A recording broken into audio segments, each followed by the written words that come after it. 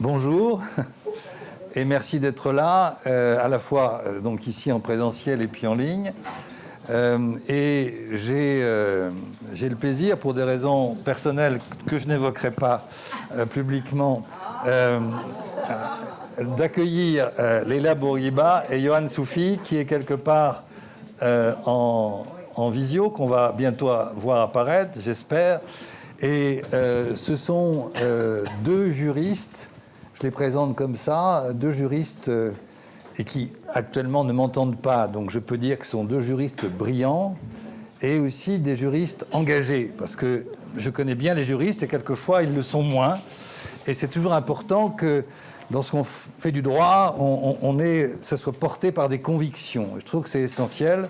Et évidemment, c'est le cas de Leila et de Yohann qui ne m'entendent pas à l'instant.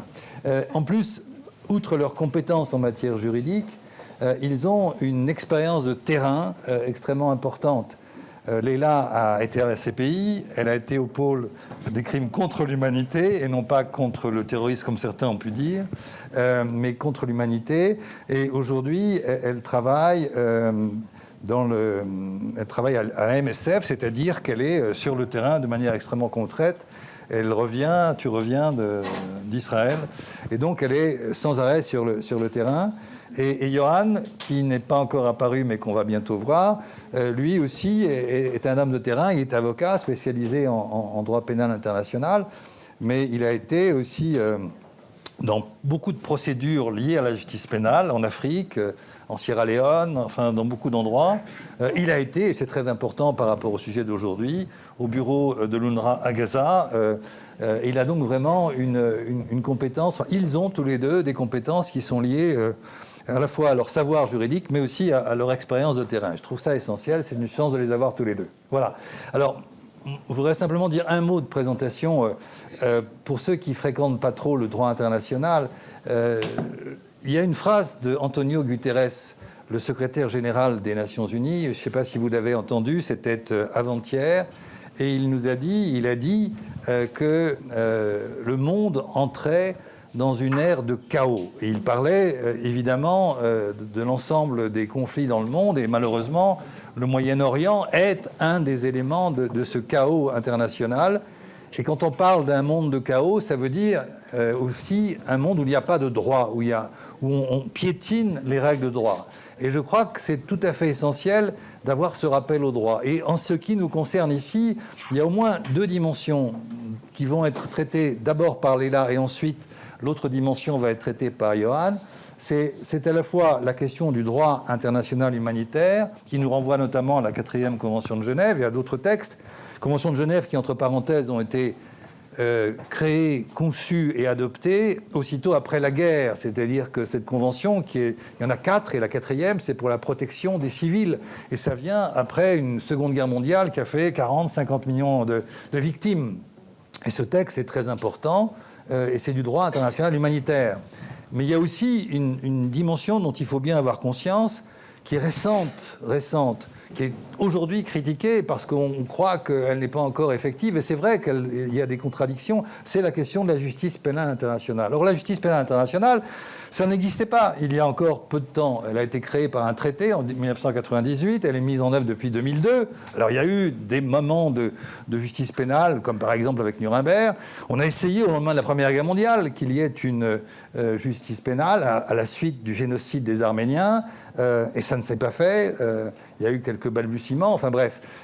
Et donc aujourd'hui, il y a cette Cour pénale internationale. Ça veut dire que la justice pénale est aujourd'hui une réalité, même si elle a de multiples difficultés. Il y a aussi quelque part des deux poids deux mesures, dont on parlera sûrement, bien entendu. On a vu son efficacité pour l'Ukraine, mais on ne voit pas son efficacité pour la Palestine. Bref, mais ça existe. Et c'est de ça dont on va parler, à la fois les questions de droit humanitaire, d'intervention sur le terrain, et tout ce qu'on peut aussi instrumentaliser. On va le voir par rapport au droit humanitaire. Et puis ensuite, la question de justice pénale internationale, dont nous parlera tout à l'heure Yohann. Donc je vais laisser la parole d'abord à Leila Bourguiba,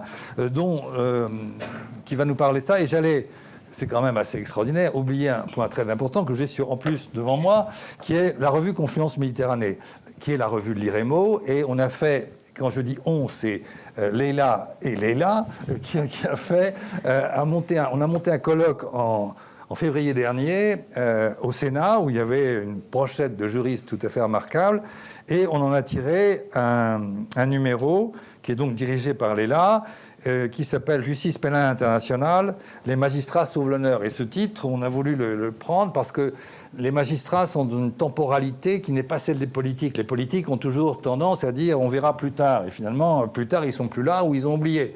Et alors que les magistrats sont toujours en train de travailler, rechercher des preuves, faire un travail long et difficile. Et c'est assez...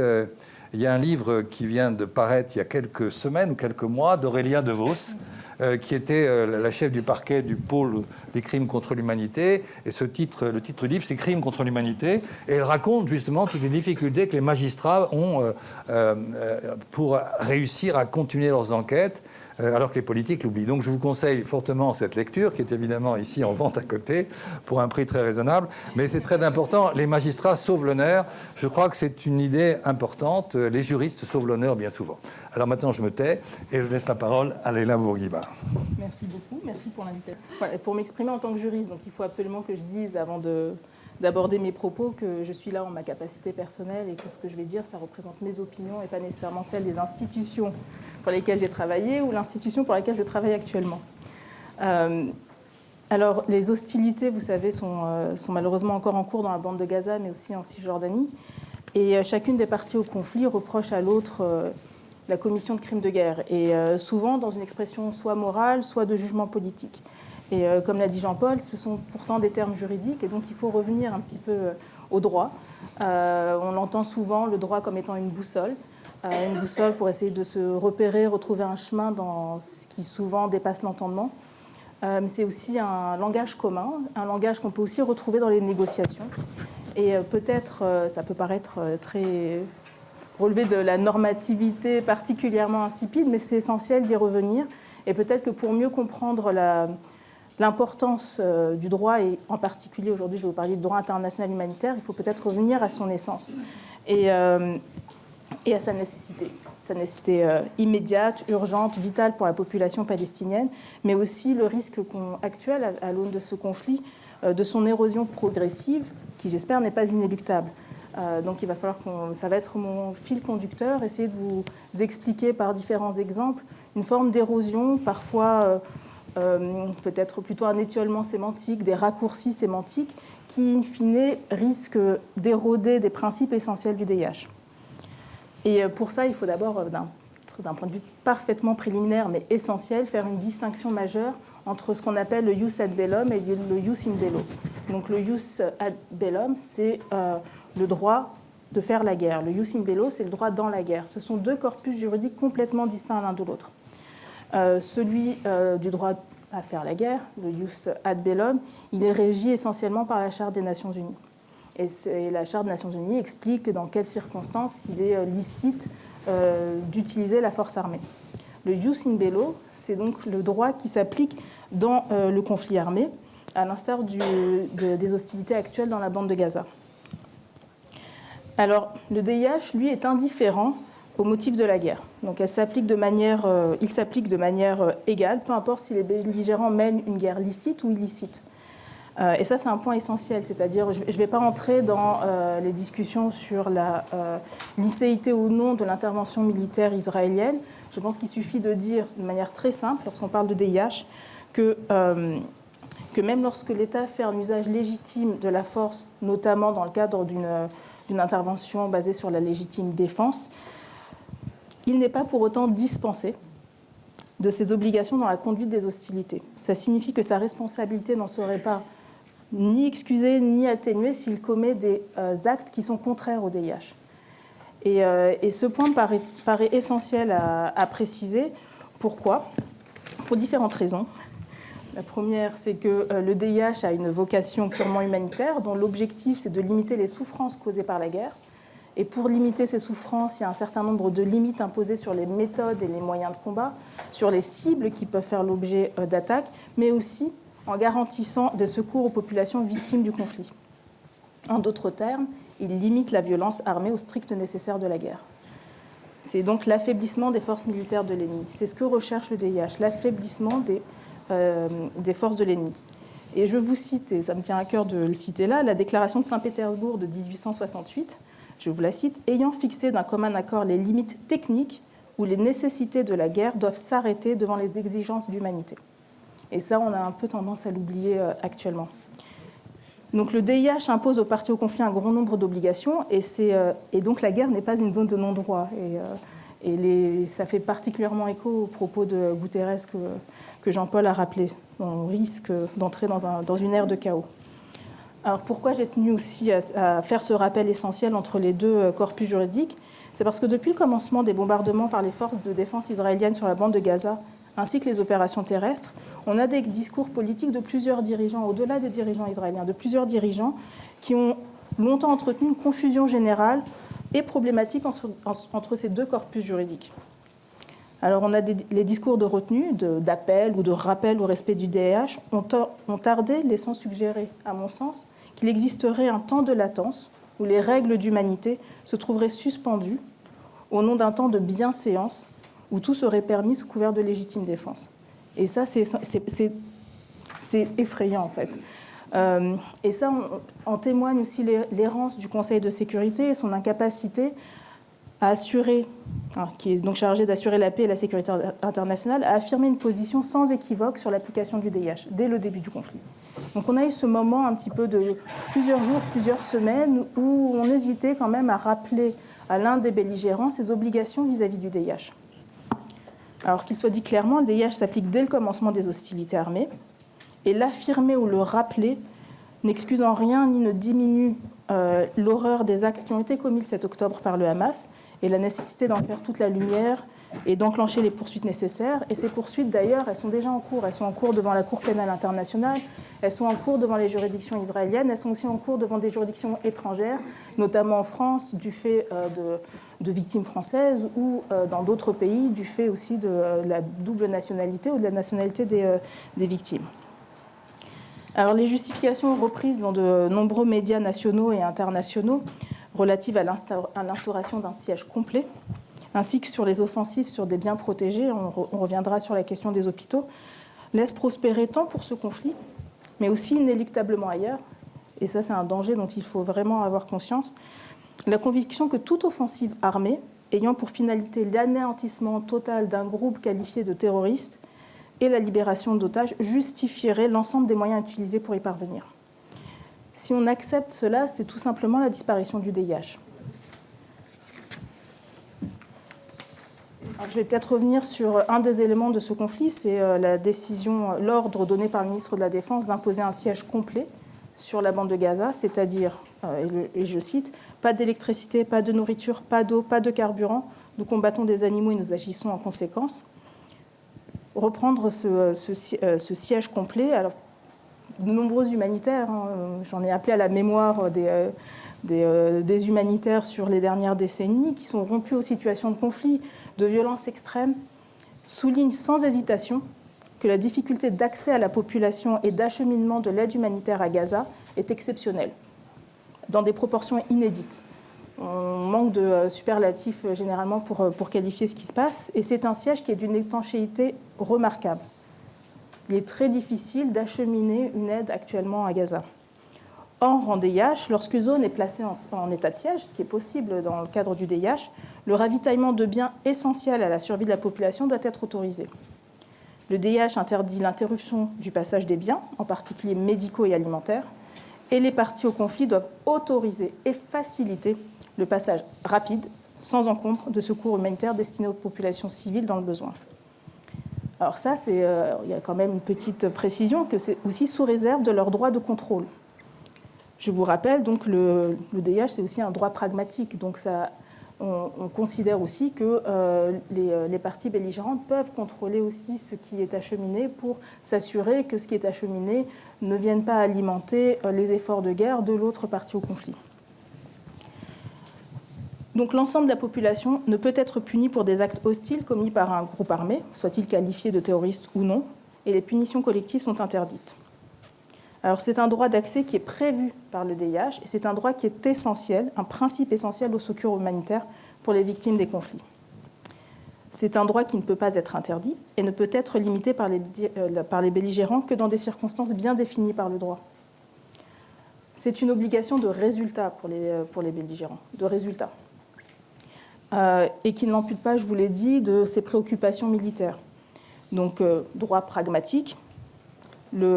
Israël, en l'occurrence, puisque c'est l'État qui impose un siège actuellement à la bande de Gaza, si l'État a des préoccupations sur un détournement possible de ces aides, ils peuvent contrôler l'aide acheminée, veiller à ce que l'ennemi n'en tire pas bénéfice, mais ça doit se faire aussi de bonne foi.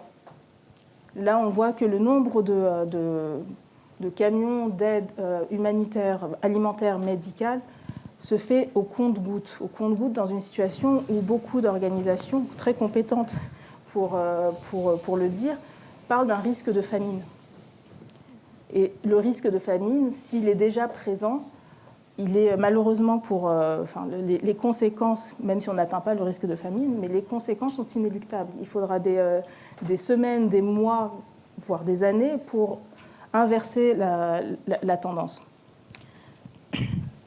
Et donc, ce que je trouve intéressant, c'est aussi qu'on parle des mesures conservatoires parfois prononcées par la Cour internationale de justice au mois de janvier dernier, il y a 3 semaines, le 26 janvier. Et il y a une de ces mesures qui n'est pas du tout exceptionnelle.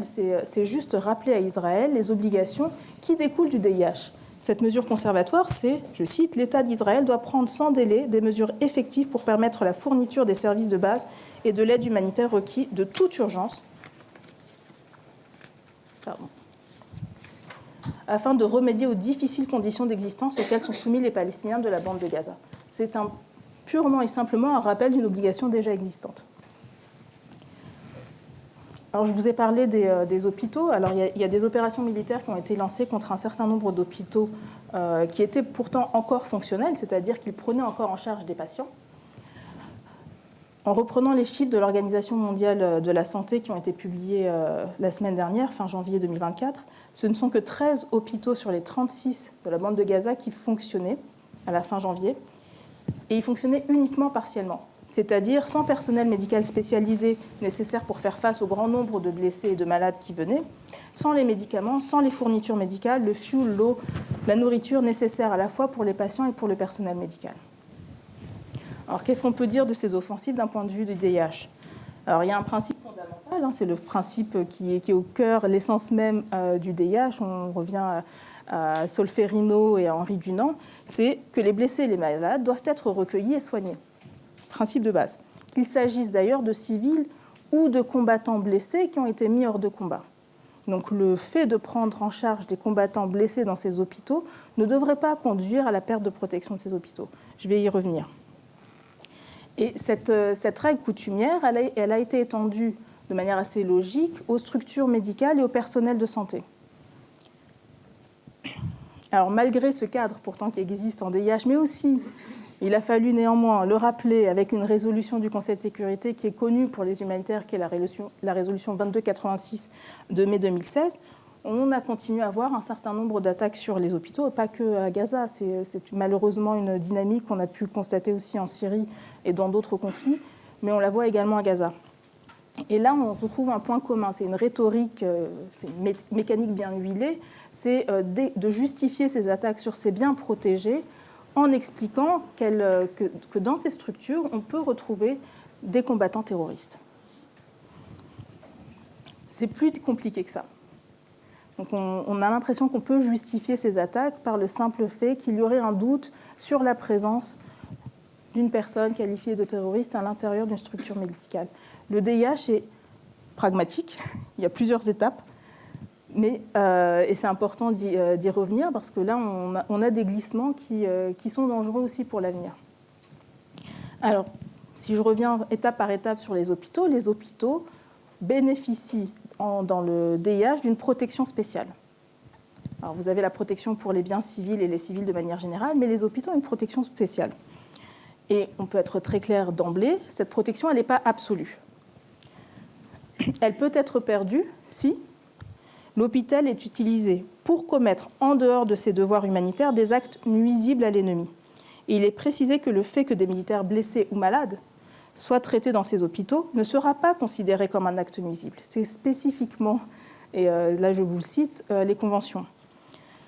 Alors cela ne signifie pas pour autant que l'hôpital va perdre automatiquement sa protection et deviendra automatiquement un objectif militaire. Il y a encore d'autres étapes. Alors, la condition préalable à toute attaque est de démontrer que l'hôpital contribuerait effectivement à l'action militaire au moment de l'attaque. Donc des supputations sur des cibles militaires qui seraient passées par l'hôpital ne seraient pas suffisantes. Il faut montrer qu'au moment de l'attaque, il y a une cible militaire présente. Et que cette attaque procurera à celui qui la lance un avantage militaire certain. Alors même si ces conditions sont réunies, il y a encore d'autres étapes. Parce que c'est un bien essentiel. C'est bénéficier d'une protection spéciale, il faut pouvoir justifier une attaque sur un bien si essentiel. Donc, même si on a ces conditions, le DIH précise que non seulement l'hôpital doit être averti, la protection ne cessera qu'après une sommation fixant dans tous les cas opportuns un délai raisonnable et demeurer sans effet. Il faut laisser le temps à l'hôpital, à la structure médicale, soit de corriger ce qui a causé cette perte de protection. En d'autres termes, si vous avez, je ne sais pas, des combattants armés sur le toit, si vous avez la possibilité de leur demander de partir et qu'ils s'en vont, là, on n'a plus de cible militaire et l'hôpital ne perd plus sa protection. Ou alors, si ça, ce n'est pas possible, il faut laisser le temps à l'hôpital de pouvoir évacuer dans un temps raisonnable. Alors, même si tout ça est réuni, il y a d'autres conditions encore, et c'est des conditions assez classiques, c'est des conditions de proportionnalité. C'est-à-dire qu'il faut qu'il y ait une évaluation entre les conséquences pour ce bien spécialement protégé et l'objectif militaire que vous recherchez. Il doit y avoir une forme d'évaluation mathématique. En d'autres termes, toutes les mesures possibles pour réduire au minimum les dommages causés aux civils et aux infrastructures dans les hôpitaux, principe de précaution, doivent être prises et que toute attaque dont on peut raisonnablement prévoir que les dommages causés l'emporteront sur l'avantage militaire concret et direct est une attaque disproportionnée et ne doit pas être poursuivie. Le DIH est très clair, vous avez un certain nombre d'étapes. Alors il faut rappeler aussi que toutes les parties au conflit ont l'obligation non seulement de respecter, et là on est sur le ne pas attaquer, mais aussi de protéger activement les structures de santé contre les effets continus de la violence. Donc les coupures d'électricité, de l'eau, du carburant dans les hôpitaux constituent en ce sens une violation de l'obligation de protéger les structures médicales. Mais aussi, parallèlement, le fait de placer des objectifs militaires à proximité de ces hôpitaux ou en leur sein est aussi une violation de cette protection de cette obligation de protéger les structures médicales. Et ce que je voudrais dire aussi, c'est que là, ça va au-delà de la simple destruction physique et matérielle d'un hôpital. Les conséquences sont aussi très importantes. Elles sont importantes, pourquoi ? Parce que ça impacte non seulement la fourniture d'un espace sécurisé pour les blessés et les malades, la confiance que les blessés et les malades peuvent avoir dans ces lieux de soins, ça peut en dissuader donc beaucoup d'aller se faire soigner en raison des attaques qui sont menées, je vous ai dit, c'était 13 hôpitaux, je crois, sur plus de 30. Et ça provoque inéluctablement une dégradation importante de la capacité de soigner à un moment pourtant où on en a beaucoup besoin. Vous entendez sans cesse le nombre de blessés et de décès au quotidien. C'est des blessés qui ne peuvent pas être pris en charge. Il y a des blessures qui pourraient être soignées assez simplement et qui malheureusement ne le sont pas et entraînent des décès qui auraient pu être évités. Je ne sais pas si je suis vraiment dans les temps. Tu es dans les temps. Je suis dans les temps. D'accord. Parce qu'il y avait un point que je voulais aborder, mais je n'étais pas certaine d'avoir le temps et je voulais revenir sur la question de la proportionnalité. C'est comme si tu l'avais. D'accord. Sur la question de la proportionnalité, voilà, quelque chose qui m'interpelle aussi, c'est qu'on parle de l'objectif militaire d'Israël qui est l'éradication du Hamas. Et il y a aussi là des petits glissements un petit peu de raisonnement. Donc on a cet objectif de l'État israélien d'éradiquer le Hamas, mais lorsqu'on parle de proportionnalité, il faut faire très attention. La proportionnalité, ce n'est pas par rapport à cet objectif militaire. La proportionnalité doit s'apprécier par rapport aux objectifs militaires de chaque attaque. Donc c'est lorsque les forces s'engagent sur je sais pas, un immeuble, parce qu'on considère qu'il y a un dirigeant du Hamas, c'est apprécier cette cible militaire par rapport aux incidences sur la population civile et les infrastructures civiles. Et donc chaque attaque doit faire l'objet d'une analyse pour vérifier si elle respecte le principe de proportionnalité. Et donc on n'en est pas sur est-ce que c'est proportionnel par rapport à la volonté d'éradiquer l'ensemble du groupe Hamas.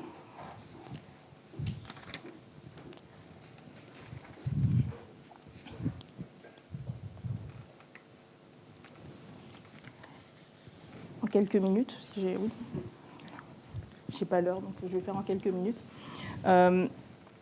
Je ne sais pas si vous avez suivi les plaidoiries devant la CIJ, mais aussi l'opinion du juge israélien. Donc, le juge israélien a voté en faveur de certaines mesures conservatoires. Et dans son opinion, tout comme d'ailleurs les avocats de l'État d'Israël devant la CIJ ont précisé quelque chose, ils ont souligné tous les deux un point, c'est que le dossier qui est porté par l'Afrique du Sud n'est pas un dossier sur le génocide, mais sur l'application du DIH. On pourra revenir peut-être après pour expliquer pourquoi l'Afrique du Sud s'est basée sur la Convention sur le génocide. Mais j'ai trouvé ce point intéressant parce que je ne suis pas en désaccord sur le fait qu'il s'agit aussi d'une question de l'application du DIH. Parce que je pense que les opérations militaires qui sont en cours à Gaza, mais aussi en Cisjordanie, nécessitent une analyse de leur conformité par rapport aux règles du DIH. Et qu'il y a de véritables questionnements à avoir sur la doctrine militaire actuellement en œuvre, à la fois à Gaza, mais aussi en Cisjordanie. Bon, puisque je suis juriste, je vais les poser de manière interrogative, puisque je n'ai pas tous les éléments de preuve pour aboutir à une conclusion, mais de manière interrogative. Donc, la question de cette doctrine militaire qui est à l'œuvre, la conformité du principe de proportionnalité, de précaution prise par l'armée israélienne dans leurs offensives à la fois aériennes mais aussi terrestres, face à l'ampleur des destructions, le nombre de personnes tuées, le recours à des bombes de 2000 livres, ou aussi on peut se questionner sur le fait du choix de certains types d'armements par rapport à d'autres, en prenant en compte le fait qu'Israël est quand même un État qui dispose d'une armée avec des moyens assez développés dans l'armement, qui peut permettre une précision dans les offensives lancées. Donc je pose tout ça de manière interrogative, mais on en revient vraiment à... on a une période où on simplifie le DIH dans nos discours médiatiques, politiques, mais on a quand même un État qui le met en œuvre actuellement sur le territoire palestinien. Et je pense qu'il est essentiel aujourd'hui que ça fasse l'objet d'une étude. Et ça peut se faire devant les juridictions israéliennes, et c'est ce que d'ailleurs le juge Barak semble sous-entendre. Je vais peut-être reprendre juste ce qu'il dit. Je vais traduire, alors ce n'est pas du tout une traduction officielle, mais ce que le juge Barak précise dans son opinion séparée, c'est que les gouvernements ont été remplacés, de nouveaux juges sont arrivés à la Cour suprême, mais l'ADN de la démocratie israélienne ne change pas. Et que si l'histoire nous a enseigné quelque chose, c'est que les meilleures tentatives pour une paix au Proche-Orient ont généralement été le résultat de négociations politiques et non d'un processus judiciaire. Et pour moi, il est difficile de croire à l'heure actuelle qu'une paix ou le rétablissement d'un minimum de confiance entre les parties au conflit, mais aussi entre de nombreux États, au-delà des parties au conflit, mais de nombreux États, puissent être possibles sans laisser les nombreuses instances judiciaires saisies suivre leur cours de manière indépendante et de se pencher concrètement sur la façon dont le DIH a été appliqué et est appliqué en ce moment dans la bande de Gaza. Malheureusement, c'est en cours et on se sent particulièrement impuissant. Et ça ne va certainement pas changer le cours de la tragédie qui se déroule sous nos yeux. Mais laisser faire et ne pas corriger et laisser penser que ces actes sont tout à fait en adéquation avec le DIH pose un véritable danger pour l'application de ce même DIH dans d'autres conflits. Et si on prend juste, je vous ai fait référence à la résolution 2286 du Conseil de sécurité sur la protection des civils, les États qui ont soutenu cette résolution 2286 sont assez silencieux aujourd'hui sur sur le respect de cette propre résolution du Conseil de sécurité. Et donc je pense qu'il y a véritablement un besoin de porter à minima cela devant des instances judiciaires. Je pense à Israël en premier lieu, mais aussi à la Cour pénale internationale. Et ça me permet de faire une transition avec Johan. Oui, je te remercie. Je voudrais juste, avant de passer la parole effectivement à Yohann Soufi, dire 2-3 choses. La première, c'est que quand on parle ainsi du droit international humanitaire, du DIH, comme tu dis, on a toujours tendance à dire oui, bon, personne ne fait de rappel au droit. Et c'est vrai qu'on déborde tout de suite sur une question qui est la question politique. C'est-à-dire, en fait, les États qui sont signataires de toutes ces conventions ont une responsabilité propre. Dans la Convention de Genève, par exemple, les États partis devraient bouger. Or, on assiste évidemment à une forme, en Occident en tout cas, de pusillanimité des États, que ce soit la France ou d'autres, qui ne disent rien sur le rappel au droit. Et ça, c'est quelque chose qui devrait être vraiment critiqué, dénoncé, parce que non seulement c'est politiquement pertinent de le dire, mais c'est juridiquement contraignant si on s'en tient au texte. Enfin, ils devraient le faire, et ne le font pas. Et je crois que du coup, ça reste, alors c'est facile à dire, mais c'est pas facile à faire. La société civile qui doit prendre ce sujet et puis le dire. Le rappel au droit, c'est fondamental. Et la deuxième chose, mais la plus technique, mais je voudrais que ce soit clair pour tout le monde, c'est qu'il y a tout de même la possibilité de faire une requête globalement devant la Cour internationale de justice, mais peut-être qu'il faudrait dire un mot sur la Cour internationale de justice, parce que c'est pas la CPI, il ne faut pas confondre les deux, c'est complètement différent. Et sur la CIJ, il y a eu cette requête de l'Afrique du Sud, et il y a eu la possibilité, c'est intéressant tout de même, dans ces cas-là, je parle sous ton contrôle, mais l'État qui est donc concerné, en l'occurrence Israël, il peut ou ne peut envoyer un juge ou pas.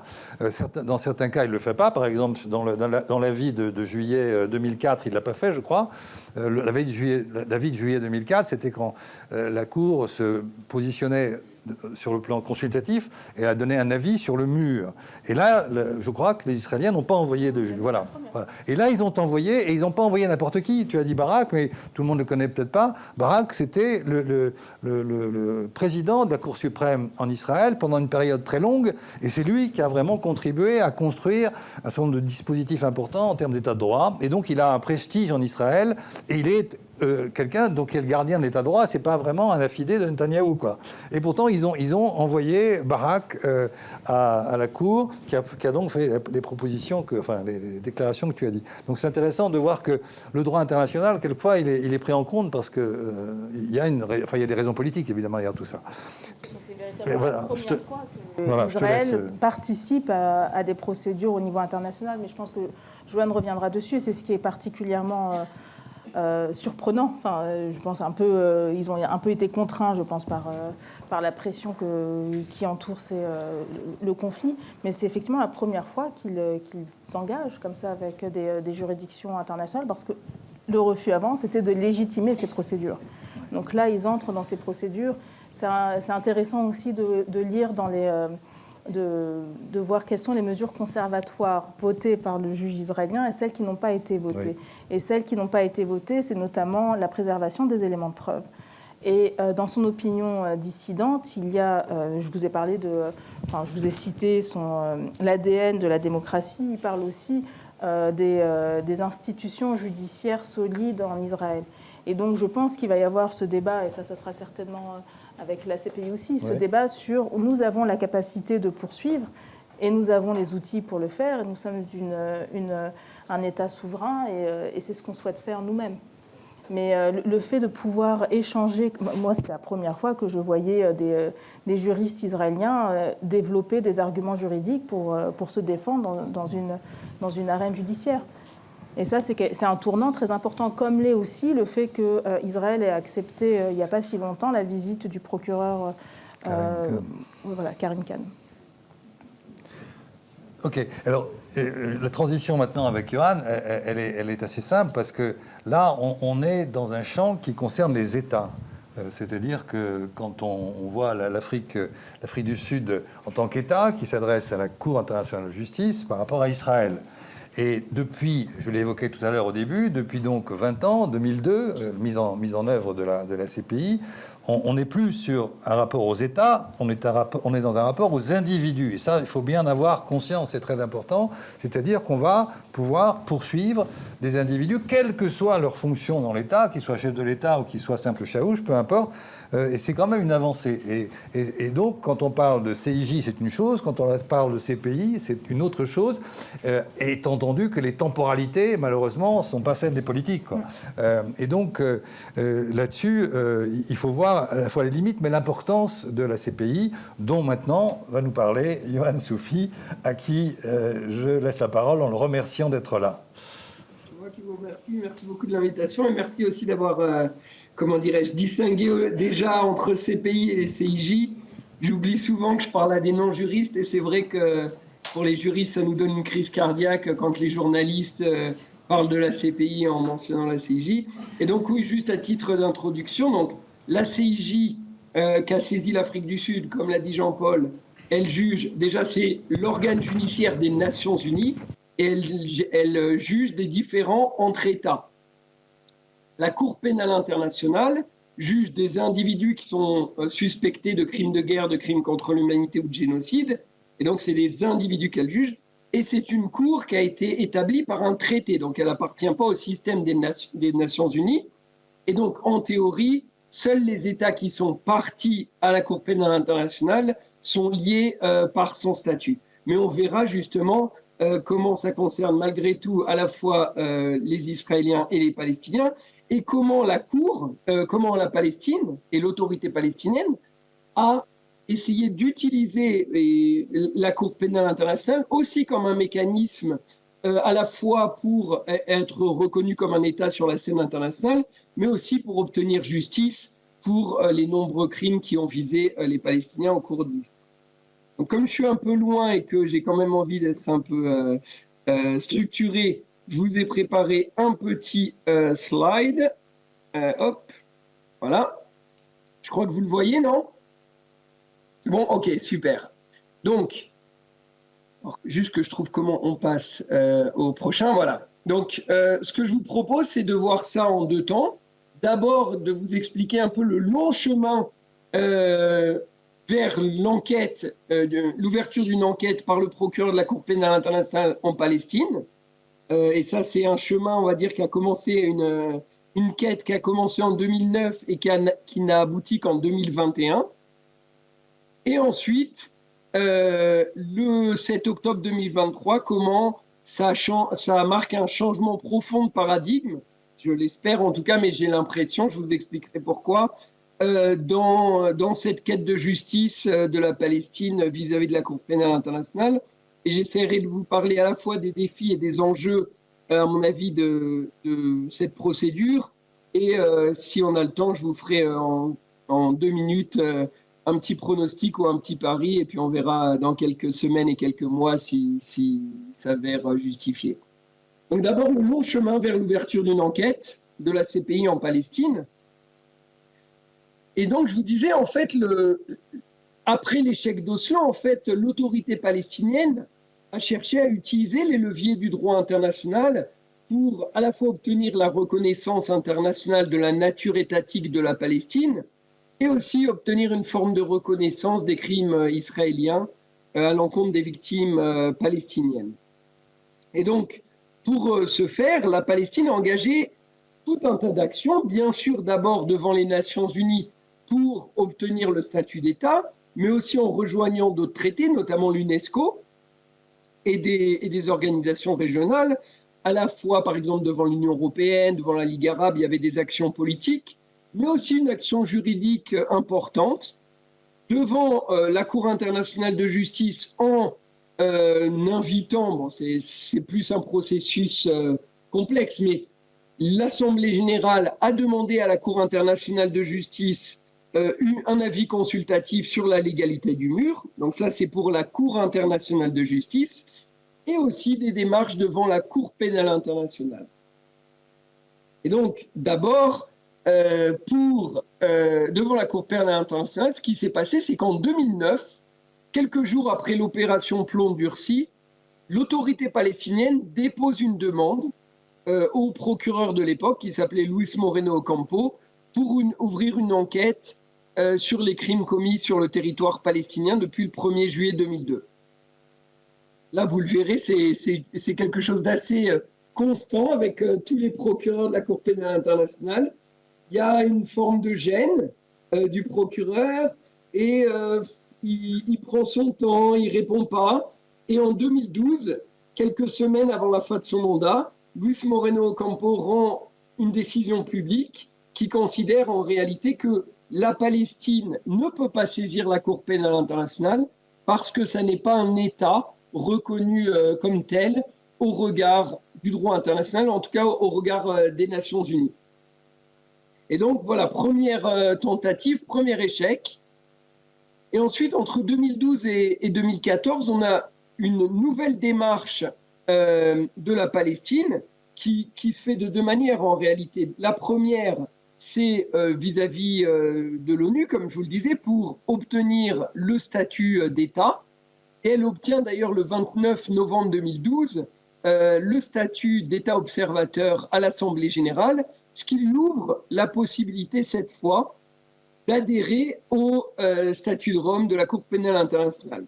Et donc là, panique un peu, à la fois chez les dirigeants israéliens, mais chez leurs soutiens occidentaux, puisque cette fois, la Palestine va pouvoir rejoindre la Cour pénale internationale. Et donc le blocage qu'avait mis en relief, ou en tout cas considéré le procureur Luis Moreno Ocampo, n'existe plus. Et on a une sorte de, alors j'ai appelé ça trêve juridique, mais en réalité de processus de médiation et de négociation politique entre 2012 et 2014 pour essayer d'avoir un nouveau processus de paix et éviter une forme de conflictualisation juridique de la situation, même si moi je ne suis pas du tout d'accord avec le fait que, comme Léla en a parlé, mais qui étaient les propos du juge israélien, que le droit serait une entrave à la paix, c'est aussi ça une forme de discours à géométrie extrêmement variable des États sur ce discours, mais on pourra en parler plus tard. Et donc en 2015, la Palestine, voyant que les efforts ou le processus de paix est à nouveau bloqué, eh bien, adhère au statut de Rome de la Cour pénale internationale. Immédiatement après avoir rejoint la Cour pénale internationale, la Palestine dépose une nouvelle demande et cette demande, elle est même rétroactive, comme le permet l'article 12.3 du statut de Rome, puisqu'elle demande en réalité au procureur d'enquêter sur tous les crimes commis sur le territoire palestinien, y compris Jérusalem-Est, depuis le 13 juin 2014. Donc vous verrez, c'est important cette date, puisque c'est ça aujourd'hui qui, en réalité, délimite le champ de compétences de la Cour pénale internationale.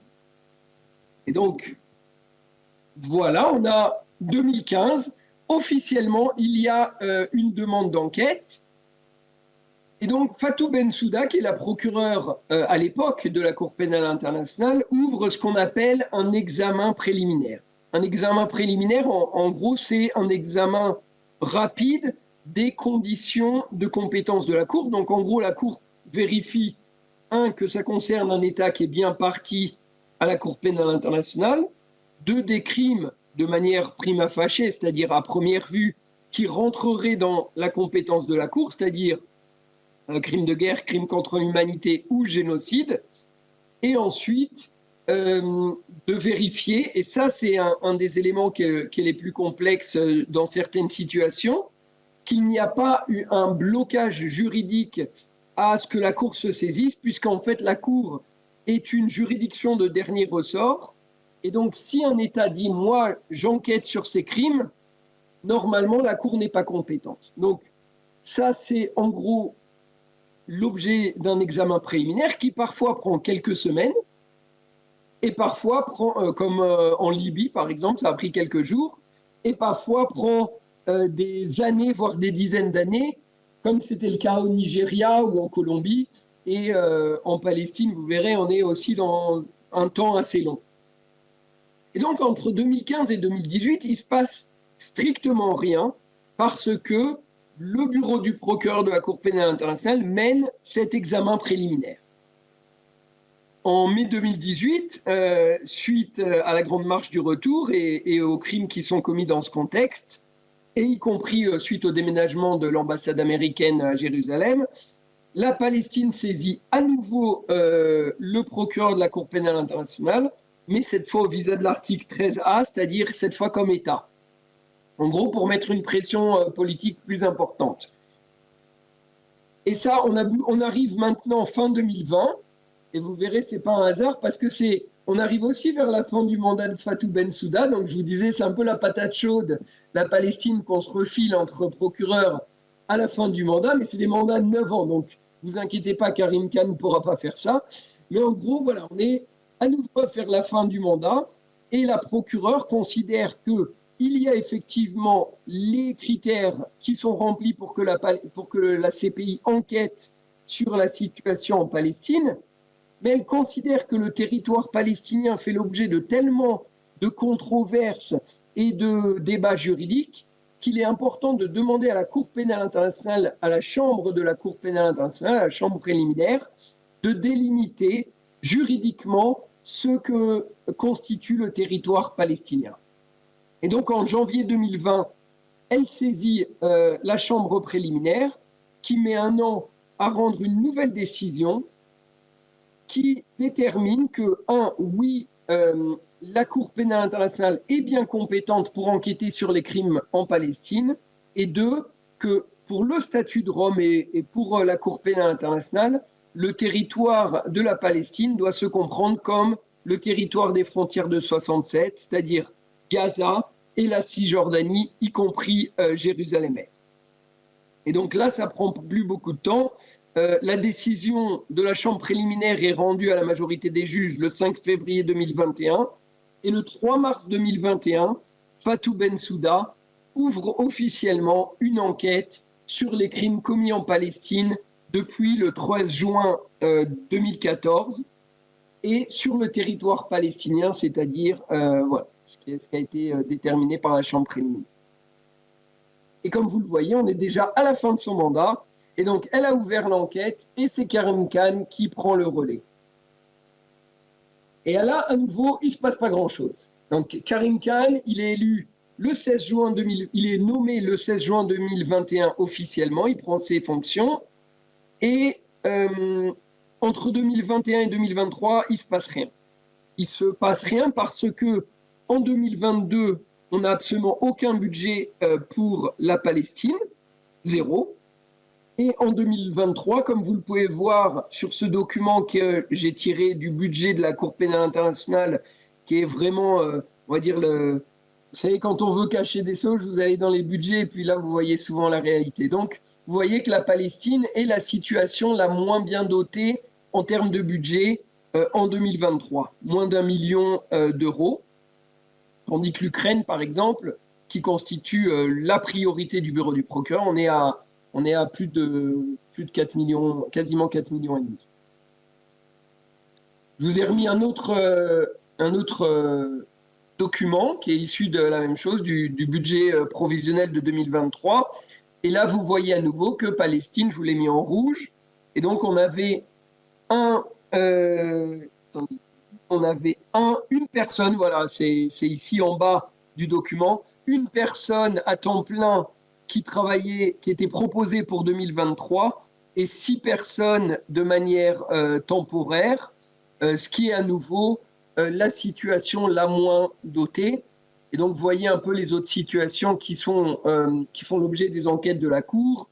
On a bien sûr l'Ukraine, on a aussi la Côte d'Ivoire, le Mali, la Libye, le Kenya, la République centrafricaine, la RDC. Donc, ce que je vais essayer aussi, là, dans les 5 minutes qui me restent, de vous expliquer, c'est qu'il faut aussi distinguer les mythes de la Cour pénale internationale qui ne fait strictement rien et qui discrimine totalement les Palestiniens, des réalités, mais aussi de la complexité du travail. Et donc, le 7 octobre, un réveil à la fois brutal et tardif pour tout le monde, mais notamment pour Karim Khan, mais qui met quand même du temps à se réveiller, puisque donc entre le 7 et le 12, il ne se passe rien. Le 12-13 octobre, il donne un entretien à Reuters et à la BBC mais dans laquelle il rappelle simplement ce que je vous ai dit, c'est-à-dire qu'une enquête est ouverte depuis 2021 et que la Cour a compétence pour enquêter. Ce qui est important quand même, puisque Israël, dès les premiers jours, en fait, dit la CPI n'est pas compétente parce que nous ne sommes pas un État partie, ce qui est faux puisque c'est la compétence territoriale dans ce cas-là qui compte. Le 29 octobre 2023, sous la pression notamment médiatique et des organisations de la société civile, Karim Khan se rend à Rafah, à la frontière entre Gaza et l'Égypte. Et là, il appelle à l'entrée de l'aide humanitaire à Gaza et au respect du DIH, en rappelant à Israël que ces opérations militaires font l'objet d'une attention particulière. Du 10 au 14 novembre, il publie plusieurs tribunes, dans The Guardian notamment, dont la traduction a été publiée dans Le Monde le 14 novembre 2023. Donc, je vous invite à aller la lire. Et ensuite, et ça c'était une surprise, le 30 novembre, il se rend d'abord en Israël pour rencontrer les survivants de l'attaque du 7 octobre et leurs familles, puis à Ramallah en Palestine, où il rencontre notamment des responsables palestiniens. Toutefois, il n'est pas autorisé à se rendre à Gaza et il ne rencontre pas des familles de victimes ni des victimes de Gaza, ce qui lui sera reproché fortement de la part des représentants des victimes devant la Cour pénale internationale.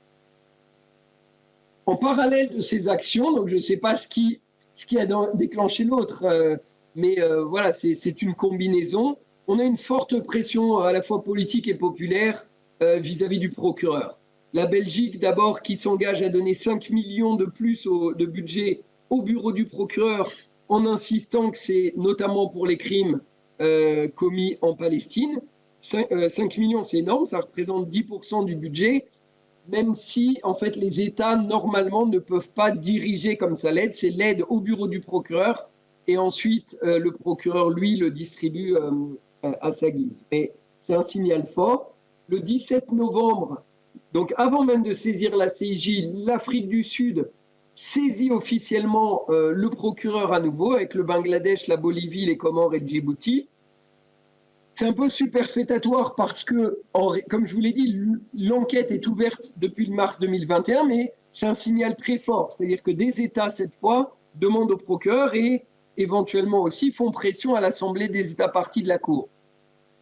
On a aussi une lettre ouverte d'académiques lors de l'Assemblée des États parties, c'est-à-dire l'ensemble des 124 aujourd'hui États de la Cour pénale internationale qui se réunissent soit à La Haye, soit à New York pour discuter des grandes lignes de l'année et voter le budget. Et donc, on a une lettre ouverte de 260 académiques qui appellent Karim Khan à ses responsabilités, qui affirment qu'il manque à ses obligations professionnelles en n'ayant pas enquêté de manière suffisamment rapide sur les crimes commis en Palestine. Et enfin, le 18 janvier 2024, le Chili et le Mexique saisissent à nouveau, mais pas avec l'Afrique du Sud, le procureur pour lui demander à la fois d'accélérer ses enquêtes et d'enquêter aussi sur les crimes commis en Cisjordanie.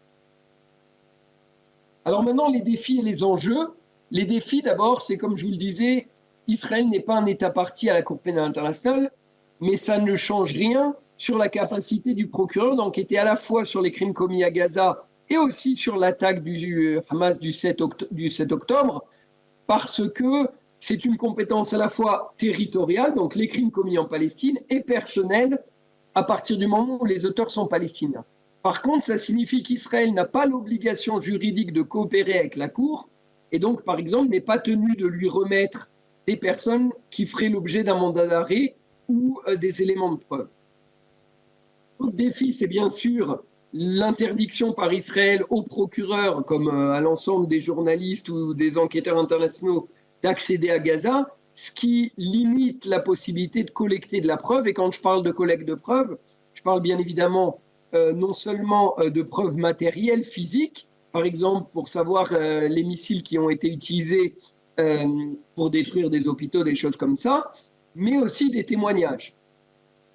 Mais aussi les pressions sur la Cour et les témoins, à la fois des pressions israéliennes, le procureur et la Cour ont été accusés d'antisémitisme, mais là, on est dans la tradition, mais aussi des États-Unis qui, je le rappelle, avaient pris des sanctions contre Fatou Bensouda, des sanctions très sévères, qui l'a privé de visa, qui l'a privé de compte en banque, etc.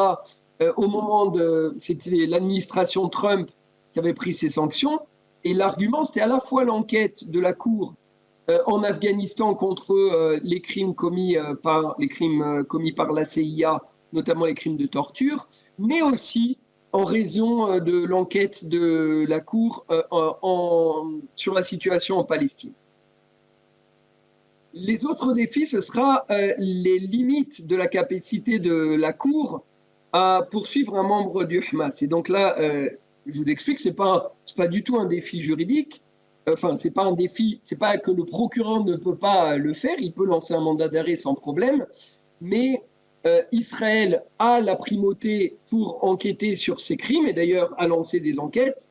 Deuxièmement, une partie des gens qui ont participé à l'attaque du 7 octobre ont été tués de toute façon. Et la responsabilité individuelle des dirigeants du Hamas, notamment de savoir ce qu'ils connaissaient du plan du 7 octobre, ça va être beaucoup plus compliqué à établir pour un procureur que par exemple pour une armée très structurée ou comme pour l'Ukraine quand il a lancé un mandat d'arrêt contre Vladimir Poutine parce que cette accusation résultait du décret présidentiel qui avait été pris par Vladimir Poutine. Donc une complexité à la fois juridique et politique à lancer un mandat d'arrêt contre un membre du Hamas, ce qui du coup risque d'avoir un mandat d'arrêt uniquement d'un côté. Le deuxième, ce sera dans le choix aussi des crimes. Le procureur, il va forcément devoir faire des choix dans le mandat d'arrêt, à la fois dans un ou deux auteurs potentiels ou suspects, et soit pour des crimes commis à Gaza, soit pour des crimes commis en Cisjordanie, mais à chaque fois, on doit établir la responsabilité pénale individuelle. Et donc, c'est un travail qui est extrêmement long. Si vous voulez, je pourrais vous en parler parce que je travaille là-dedans depuis quand même pas mal d'années. Et c'est un travail qui est compliqué de rattacher un crime à un responsable militaire ou politique. Et enfin, l'autre défi, c'est le temps et la pression politique. Comme l'a dit Jean-Paul Chanieux tout à l'heure, le temps de la justice n'est pas celui ni de l'humanitaire ni des médias. Et donc, forcément, la pression s'accroît et les enquêtes doivent aboutir, mais avoir une enquête mal faite, c'est aussi prendre le risque d'avoir un acquittement ou un acte d'accusation, un mandat d'arrêt qui n'est pas validé par la chambre préliminaire. Et donc, il y a un peu ces deux considérations, du temps et de la pression à la fois médiatique et politique, et du temps judiciaire qui est nécessaire pour lancer un mandat d'arrêt. Les enjeux sont extrêmement importants. D'abord, l'effet dissuasif, à mon avis, parce que on a souvent tendance, là, à me demander, quand je parle de la CIJ, mais concrètement, qu'est-ce qui va se passer? Qui est accusé? Et un État, en réalité, quand il est accusé, ça ne veut pas dire grand-chose. Là, on aura un individu qui est suspecté de crimes de guerre, de crimes contre l'humanité, voire de génocide. Et donc, en termes d'effet dissuasif, imaginons si c'est un responsable politique ou militaire israélien, je pense qu'il y aura un effet dissuasif extrêmement important. Deuxièmement, pour les États occidentaux, ça les privera aussi de toute une forme de narratif et de discours. Par exemple, une personne qui fait l'objet d'un mandat d'arrêt, s'il était dans le gouvernement Netanyahou, eh bien, ça mettrait un peu l'opprobre sur le gouvernement dans son ensemble et ça complexifierait la capacité déjà à voyager, mais aussi l'impossibilité pour les diplomates occidentaux, par exemple, de se rendre et de prendre une photo serrant la main de quelqu'un qui est recherché par la Cour pénale internationale. À mon avis, l'enjeu, c'est aussi la légitimité et la survie de la Cour. J'avais publié une tribune dans Le Monde en septembre 2023, malheureusement quelques semaines avant le 7 octobre, qui disait que l'avenir de la Cour pénale internationale se jouait en Palestine. Et à mon avis, c'est aujourd'hui plus vrai que jamais, parce que la Palestine, c'est un peu l'étalon à la fois de la crédibilité du discours occidental, mais aussi de la crédibilité de l'action de la Cour pénale internationale. Elle a longtemps été accusée d'africanocentrisme, parce que pendant 20 ans, toute son action s'est concentrée sur l'Afrique et sur des auteurs, des responsables politiques et militaires africains. cet argument n'est plus valide depuis que Karim Khan a lancé un mandat d'arrêt contre Vladimir Poutine, mais aujourd'hui, c'est plutôt la Cour suit un agenda pro-occidental. Et donc, si elle veut se départir un peu de ce stigma, à mon avis, elle doit lancer un mandat d'arrêt sur la situation, concernant la situation en Palestine.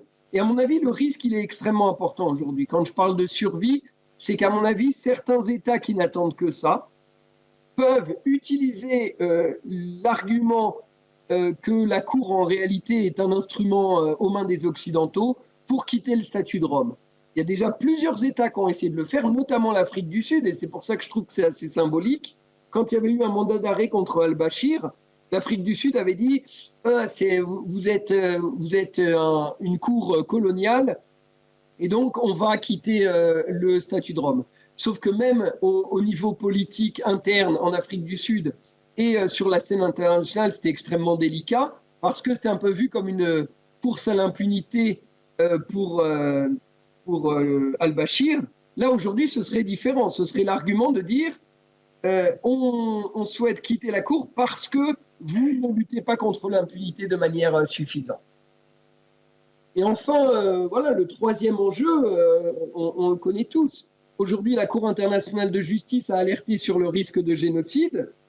La situation est catastrophique. Netanyahou a annoncé qu'il allait attaquer la dernière zone, Rafah, dans laquelle se réfugie en réalité toute la population gazaoui.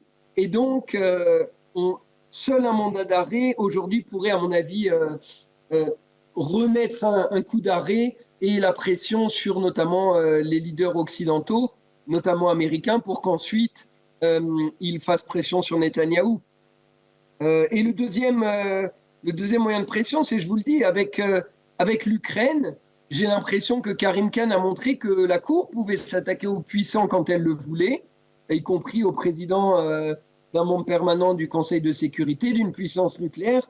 Et donc aujourd'hui, il n'y a plus d'arguments pour dire que la Cour serait incapable de faire ce qu'elle a fait en Ukraine à l'encontre des dirigeants israéliens. Donc voilà, à mon avis, tous les enjeux. Et c'est la fin de ma présentation. Peut-être maintenant, je peux vous dire juste en quelques secondes quels sont mes pronostics. Moi, je vais paraître un peu optimiste. Je miserai sur un mandat d'arrêt, je ne sais pas contre qui, mais contre un dirigeant israélien ou un responsable militaire. Allez, je m'avance, je dirais dans moins de 3 mois. Et à mon avis, pour le crime d'entrave à l'aide humanitaire. J'ai l'impression que Karim Khan a quand même beaucoup insisté au cours de ses derniers discours sur ça. C'est un crime qui est très facile à prouver parce que ça résulte d'une décision politique et donc il n'y a pas besoin de faire un lien entre il y a besoin de faire le lien entre le crime et l'auteur, mais il est établi de manière politique. Alors que, par exemple, le bombardement d'un hôpital, etc., c'est quelque chose qui prend des années. Et donc, voilà, moi, si je devais mettre, on va dire, faire un pronostic, ce serait là-dessus. J'espère que j'aurai raison. J'ai absolument aucune information, donc n'allez pas me citer en disant « Oh oui, j'ai aucune information, mais c'est mon sentiment et c'est, à mon avis, ce qui serait à la fois le plus juste, le plus rigide juridiquement, et ce qui aurait symboliquement l'effet dissuasif et préventif le plus important. Donc voilà, j'espère d'ici quelques mois. Merci à tous les deux, c'était ultra... Maintenant, on sait tout sur les questions de droit international humanitaire et de ces pays, et on voit aussi les deux poids, deux mesures. Quand tu parlais du premier... procureur Moreno Campo, là, il a rédigé au bout de 3 ans avant de partir un texte de 2 pages qu'un étudiant en droit aurait mis environ 10 minutes à rédiger. En gros, il a dit la Palestine n'est pas un État. Et il a mis 3 ans pour écrire ça. C'était de la lâcheté, c'était pas de l'analyse juridique, évidemment. C'était une évidence. Enfin bref. Donc il y aurait beaucoup de choses à dire là-dessus. Puis juste un mot aussi sur la Là, on est sur Gaza, mais il y a aussi une enquête sur la colonisation. Et là, pour le coup, la colonisation, pour trouver des preuves, il suffit de se baisser, hein, puisque Bien sûr. Il suffit de prendre la loi de 2018 qui, dans son article 7, indique que la colonisation est une valeur fondamentale de l'État. Et c'est une loi fondamentale. Bref. Maintenant, je crois que ça serait intéressant, après ces deux analyses vraiment très complémentaires, hein, le droit international humanitaire et ces pays, on a bien vu que ça se rejoignait quelque part, des parallèles qui se rejoignent. Je vous laisse la parole à la fois ici en présentiel et en ligne pour poser des questions. Allez-y. Bonsoir, alors merci pour ces interventions. Je me demandais si, au vu justement de la spécificité de ce conflit et des limites du droit, des limites de la CPI qui ont été citées, si on pouvait imaginer à terme l'établissement d'un tribunal spécifique à la Palestine, comme ça a été fait pour le Rwanda ou l'ex-Yougoslavie, non pas pour remplacer ce travail important qui est fait par la CIJ et par la CPI, mais pour le compléter. Est-ce que ce serait même souhaitable? Vous répondez tous les deux, mais... Pour être honnête, c'est l'objet d'une tribune sur laquelle je travaille en ce moment, où je me dis que ça pourrait être intéressant, mais je suis un peu un utopiste, hein, comme vous l'avez vu, mais d'avoir un jour un tribunal hybride, international, israélien, palestinien, avec des juges, et qui jugent les auteurs de crimes. C'est à la fois utopique et en même temps, j'ai l'impression que la justice pénale internationale, c'est un projet utopique. Ça l'était aussi sur la création d'un tribunal pour le Liban, pour la Sierra Leone ou d'autres tribunaux ad hoc comme ça. En tout cas, moi, oui, je pense que c'est l'échelle des crimes est tellement importante qu'aujourd'hui, seul un processus de justice transitionnelle, y compris avec des mécanismes judiciaires ad hoc, sera nécessaire, quoi. Léla, tu veux aussi? Oui, alors moi je pense que ça serait plutôt une décision politique si ça permet de débloquer une situation et une négociation, d'avoir effectivement un système un peu hybride, comme on a pu le voir dans d'autres pays. En Bosnie, par exemple, il y avait cette chambre des crimes de guerre bosniaque avec des juges internationaux en majorité, des juges nationaux en minorité. Et après, au fur et à mesure, on aboutissait à une juridiction complètement nationale. Pourquoi pas? Mais moi, je trouve que ça ne devrait pas être la première solution posée sur la table, parce que ça serait admettre l'échec de la Cour pénale internationale, qui est censée être à vocation universelle. Tous les outils sont là, les infractions sont présentes, on a des juges internationaux qui sont élus par l'Assemblée des États parties, donc ça serait une forme d'aveu d'échec de ce que pourrait faire la Cour. Mais effectivement, si les négociations bloquent à un moment donné et que ça peut permettre de débloquer les choses, de se dire qu'on va avoir une juridiction hybride où on aurait... c'est une bonne idée. Mais pour moi, c'est pas la priorité, quoi. Il faudrait vraiment pas... Oui, moi j'ajouterais que ça risquerait aussi, comme ça a été dit, de fragiliser cette légitimité en devenir de la Cour pénale. C'est quand même un acquis que je trouve assez formidable, malgré toutes ses limites, mais ça a vocation universelle, même si, en fait, il y a de grands États n'en sont pas membres, mais pour les raisons qui ont été évoquées en termes de compétences, même si les grands États comme les États-Unis, comme la Chine, comme la Russie, 3 des 5 membres permanents, il n'empêche que la question de la territorialité fait que malgré tout, ça fonctionne. Dans le cas de la Palestine, c'est ça. Israël n'est pas membre de la CPI, sauf que Palestine est membre, et donc comme c'est sur le territoire de la Palestine, la Cour est compétente. Donc c'est très important de renforcer ça plutôt que d'aller chercher ailleurs. Mais ce qui a été évoqué ensuite, c'est autre chose. La question de la justice transitionnelle, c'est un autre monde qui s'ouvre et qui est pour le coup... c'est une belle utopie, mais il faut s'y mettre tout de suite, quoi. Mais les mécanismes sont complémentaires aussi, c'est-à-dire que la CPI, dans tous les cas, ne pourra juger que 2-3 personnes grand maximum, et ça prendra 10 ans.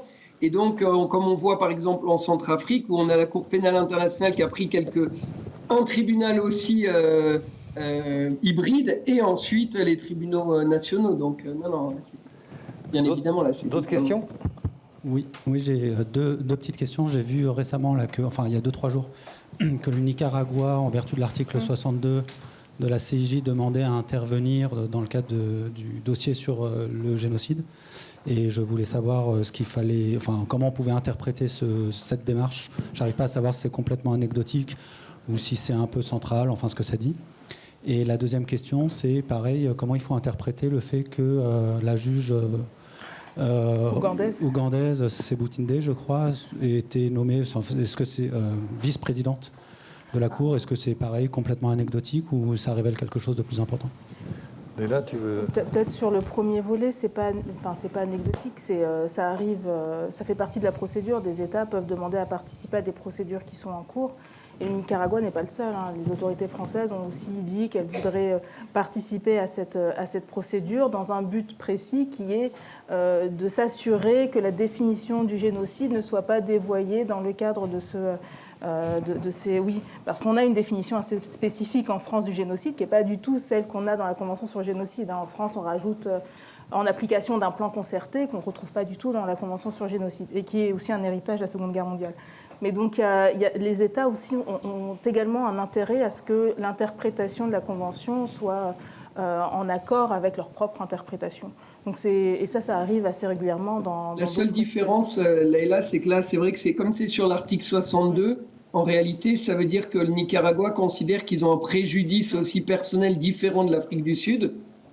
Mais du coup, en fait, là, moi, c'est ce que j'ai compris, mais il faudrait que je ne suis pas expert en droit international public, mais que là, en réalité, ils voudraient intervenir comme un préjudice distinct et pas juste pour l'interprétation de la Convention. Mais moi, je pense que, comme tu dis, ça s'inscrit dans les autres. Je ne sais pas pourquoi ils ont voulu la montrer, qu'ils étaient un peu spécifiques. J'attends de voir, mais à mon avis, il n'y a pas d'explication à ce préjudice distinct, en réalité. Et c'était quoi l'autre question? D'autres questions? C'est sûr. Pardon? C'était sur Sebutinde. Ouais. L'autre partie de la juge Ah oui, c'est vous donner. Oui, bon, heureusement, enfin, je ne sais pas si c'est une forme de compensation, mais le président de la CIJ qui a été élu, c'est un Libanais. Donc, je ne sais pas comment dire, c'est le Libanais. Donc, je ne sais pas quel message on doit comprendre de ça. À la fois le Libanais et la juge ougandaise. Ouais, je ne sais pas. J'ai l'impression qu'il y a quand même d'autres considérations que juste l'opinion sur le dossier Palestine.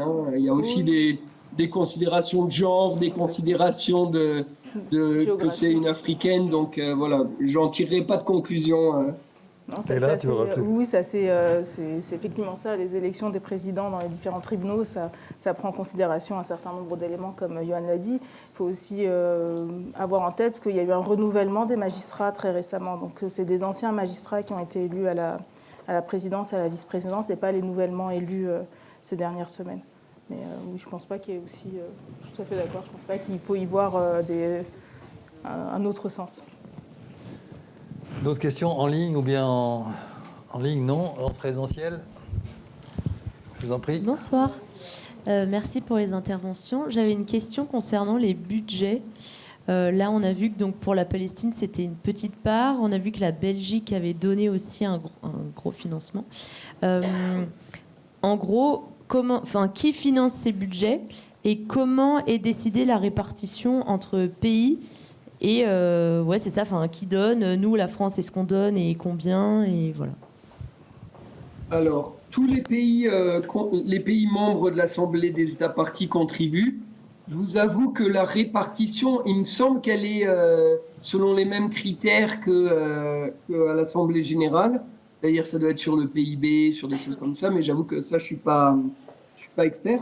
Après, sur la manière dont le budget en réalité est fait, c'est-à-dire qu'en milieu d'année, la CPI envoie un projet de budget à l'Assemblée des États parties, dans lequel est expliqué à la fois les postes qui sont nécessaires pour quelle situation, etc. Et ensuite, les États votent un budget global. Et donc, c'est ce que je vous disais, c'est pas un budget, ce qu'on appelle earmarked, c'est-à-dire qu'on dit, moi, je veux donner tant au bureau du procureur pour l'enquête en Ukraine, mais je veux rien...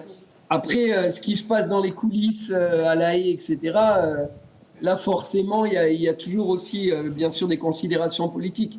Mais en tout cas, le budget du bureau du procureur, il est global. Et ensuite, c'est le procureur qui, lui, détermine ses ses stratégies et ses priorités en fonction de sa politique pénale. Là, tu veux rajouter quelque chose? Non, c'est essentiel pour l'indépendance d'un parquet. On ne peut pas donner un budget alloué à telle situation parce qu'on la considère plus importante qu'une autre. Donc effectivement, flécher, c'est porter atteinte à l'indépendance du procureur. En tout Mais cas, juste, je peux vous dire que le budget est ridicule. Enfin, quand on voit le budget de la Cour pénale internationale, c'est environ 150 millions de dollars. Et avec les enquêtes en Ukraine, au Congo, au Mali, en Palestine, et des enquêtes qui n'ont pas été ouvertes. Je veux dire, je pense aux Rohingyas, au Myanmar, avec ce qui se passe au Darfour aujourd'hui, où il y aurait besoin d'énormément d'enquêtes et de moyens à la fois humains et matériels. Et donc, un budget de 150 millions de dollars, ça peut paraître énorme, mais pour vous donner un ordre d'idée, quand je travaillais au tribunal spécial pour le Liban, bon, je sais que ce n'est pas le standard, mais ça va vous parler à vous parce que vous connaissez bien ce tribunal, c'était un budget de 60 millions, donc quasiment la moitié, pour un procès par défaut, pour un assassinat. Donc, vous voyez, et les budgets à peu près, pour vous donner un autre ordre d'idée, au tribunal pénal pour le Rwanda et l'ex-Yougoslavie, à l'époque où il y avait une grosse activité, on était environ à 250 millions pour une situation, entre guillemets, l'ex-Yougoslavie ou le Rwanda. Là, la CPI, comme l'a rappelé Jean-Paul Chagnolot, a une dimension, si ce n'est universelle, en tout cas globale. D'autres questions? Je vous en prie. Oui, merci. J'aurais voulu que vous nous aidiez peut-être à articuler le rôle de la CPI et le rôle des juridictions nationales. Parce que c'est vrai, comme vous le dites, la CPI a une valeur universelle. Joanne Soufi disait qu'on peut souvent juger des personnalités importantes, mais très peu. Alors que moi, j'ai compris aussi que les juridictions nationales étaient censées aussi se saisir de ces crimes-là, même des crimes universels. Et on a toujours l'impression que la CPI va au-dessus, que la justice internationale est plus importante, alors qu'elle n'est pas plus importante. Mais enfin, j'ai du mal à articuler tout ça. Et là, par rapport à ce qui se passe à Gaza, ça va prendre énormément de temps pour essayer d'avoir une personnalité importante, alors qu'en fait, des procès nationaux, comme dans le cas de la Syrie, peuvent avoir lieu en Europe et du coup faire une sorte de pression politique et diplomatique par rapport aux crimes commis à Gaza, si je suis claire. Ça, c'est une question importante. Ça renvoie à la question de la compétence universelle. Et on pourrait à ce moment-là venir un peu sur la France, parce qu'on a eu l'occasion d'en discuter. C'est pas triste. Alors, peut-être que tu pourrais dire un mot sur la compétence universelle, mais en France, comment ça fonctionne? Et rajouter après sur la CPI la notion de complémentarité, quoi. Oui, mais d'abord, la compétence universelle en France. L'exemple de la Syrie est assez il y a beaucoup de choses à dire sur la France. Donc, effectivement, la compétence universelle, pour faire très simplement, c'est la capacité de poursuivre des crimes commis à l'étranger, contre des étrangers, par des étrangers. Ce qui est une compétence extraordinaire, parce qu'habituellement, une juridiction nationale, elle va avoir une compétence sur un crime qui est commis sur son territoire, par son ressortissant, ou alors contre une victime ressortissante de cet État. Donc on est sur quelque chose d'assez extraordinaire.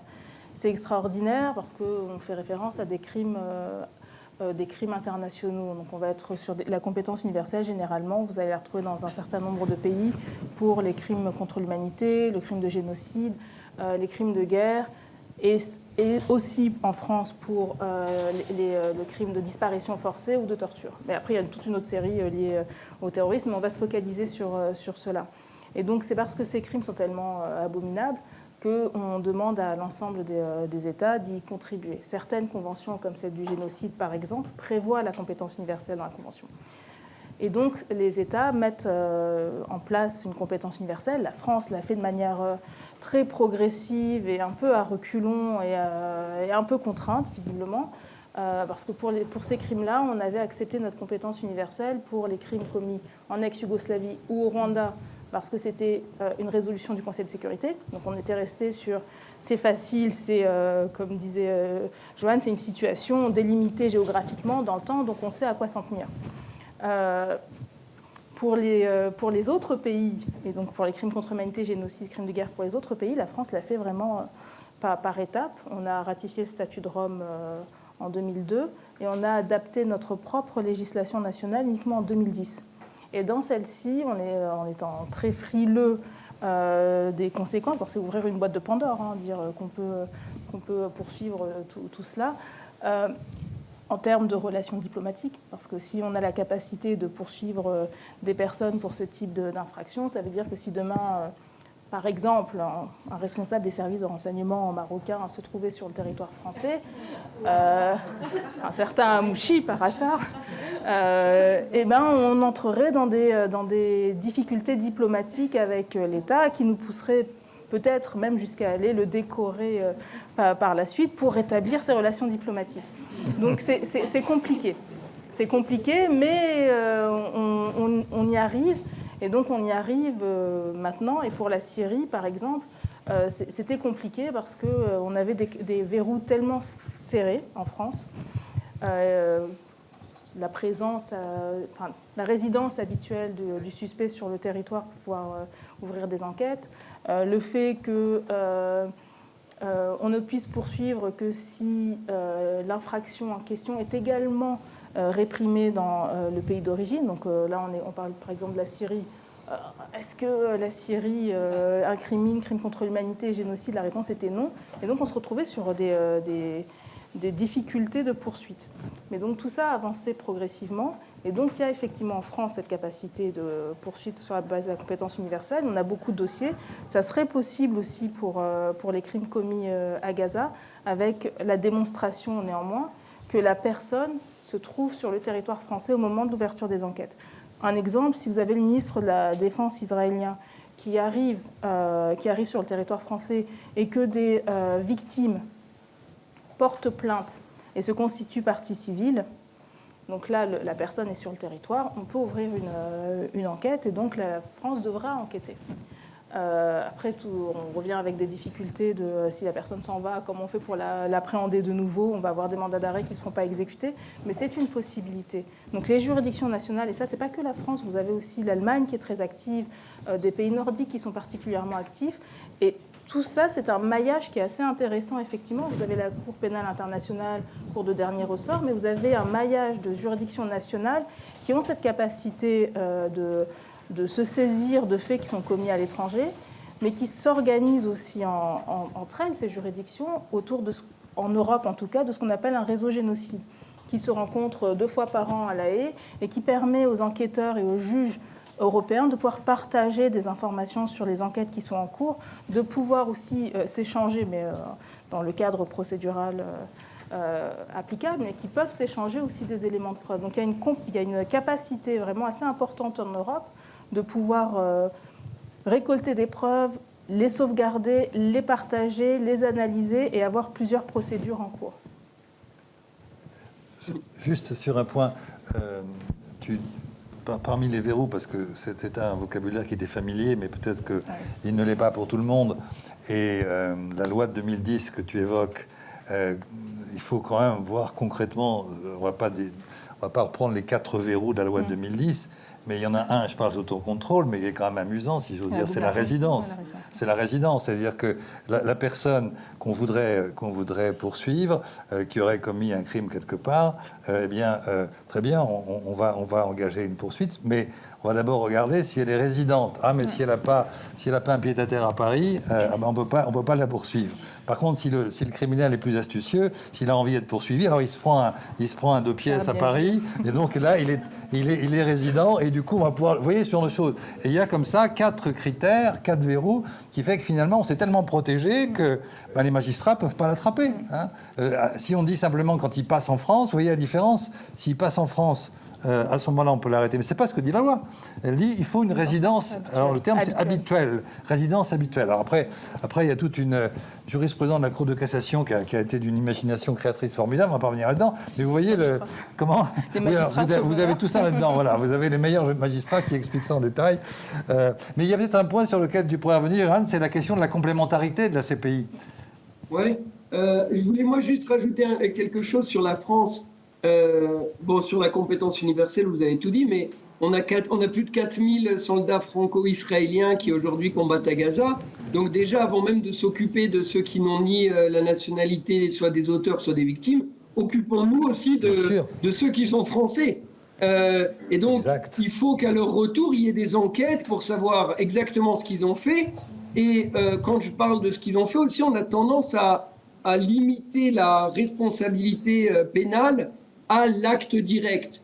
Or, en droit pénal international, vous avez toute une forme de complicité. Ça peut être l'aide ou l'assistance, ça peut être de ne pas avoir, pour un supérieur hiérarchique, de ne pas avoir prévenu ou puni le crime. Et donc, vous voyez qu'il y a absolument toute une gamme de possibilités juridiques de poursuivre ces individus qui sont auteurs de crimes. L'autre aspect, c'est aussi les entreprises françaises. On a poursuivi Lafarge pour complicité de crimes contre l'humanité en Syrie.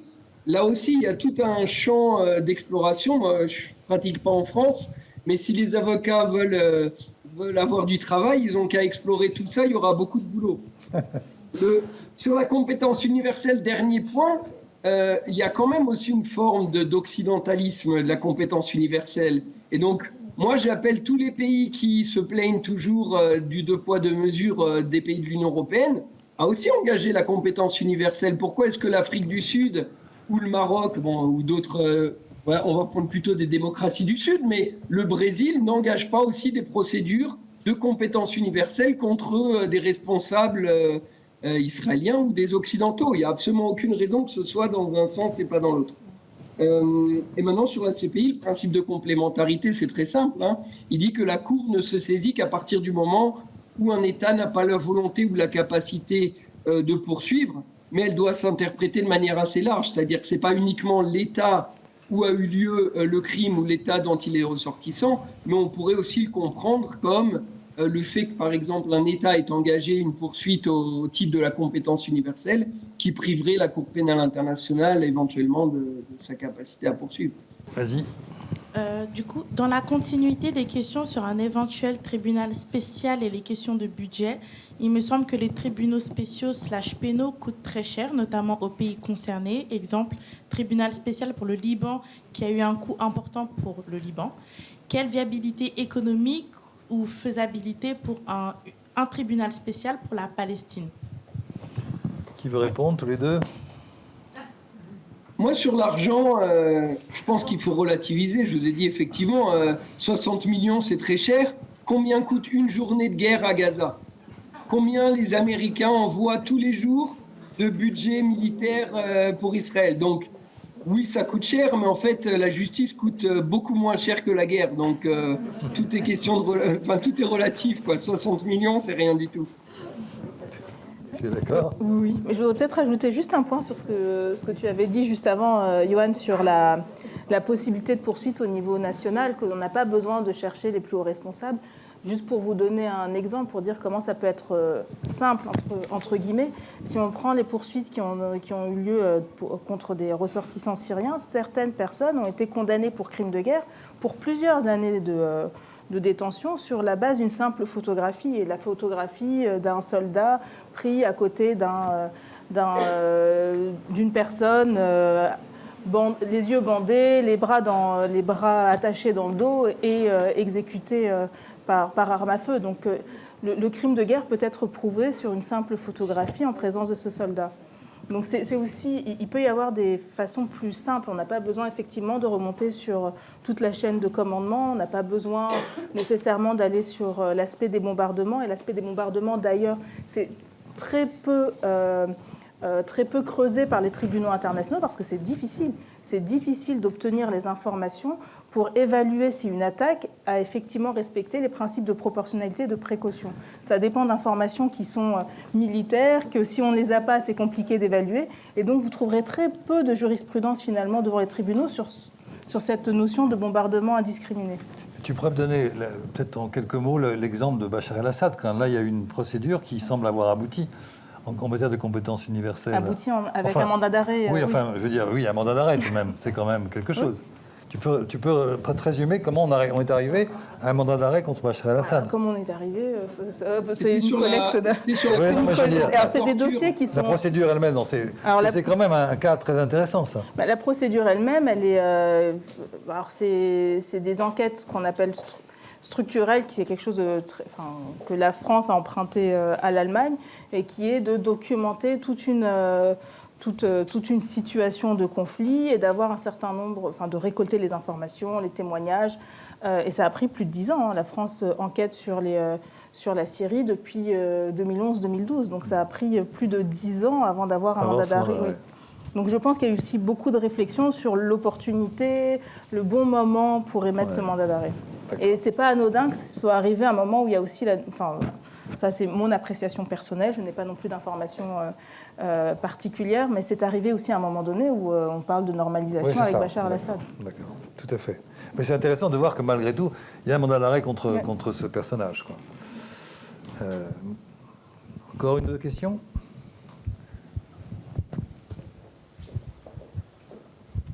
Merci.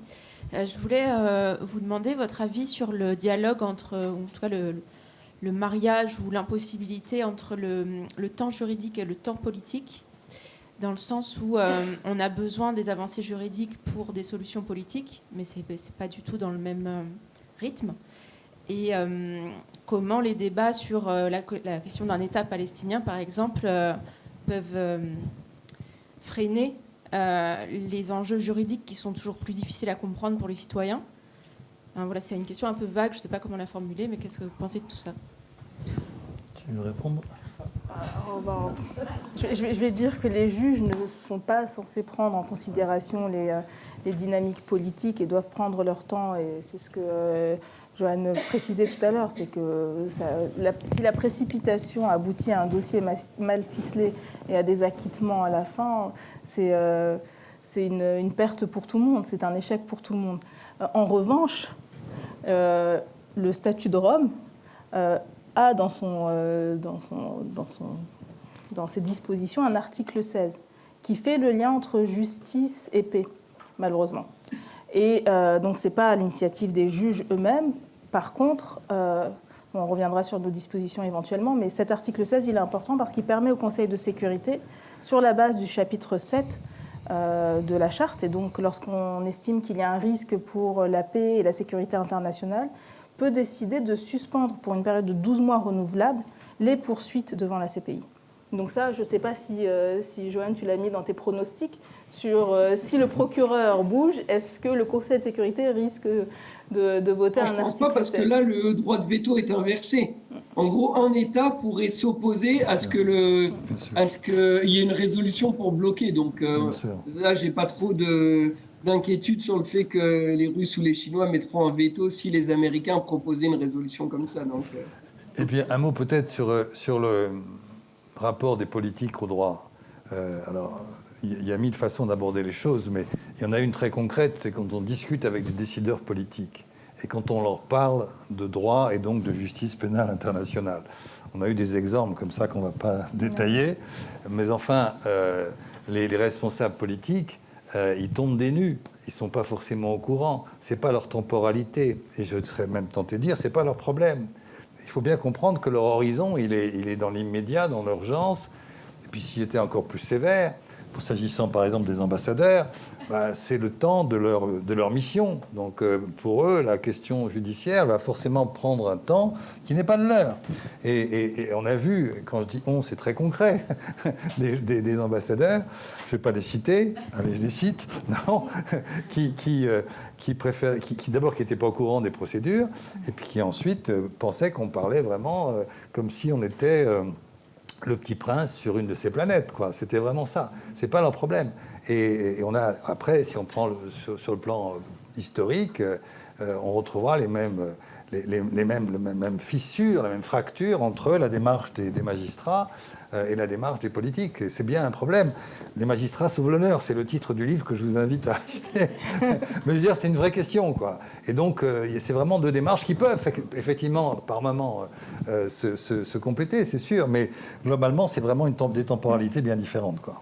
Oh, mais j'ai pas l'impression, je vais être un peu cynique vis-à-vis des diplomates et des politiques, mais où je veux pas défendre ma profession, mais j'ai pas l'impression que depuis 75 ans, les diplomates aient montré une forme d'efficacité à gérer un problème qu'aujourd'hui la CIJ, en tout cas en quelques semaines, a déjà rendu une ordonnance qui a fait beaucoup plus je pense pour les Palestiniens que les diplomates sur ces 20 dernières années. Donc, Bien sûr, je pense que c'est important que chacun travaille de son côté, mais qu'il n'y ait pas trop de jugement d'une profession sur l'autre.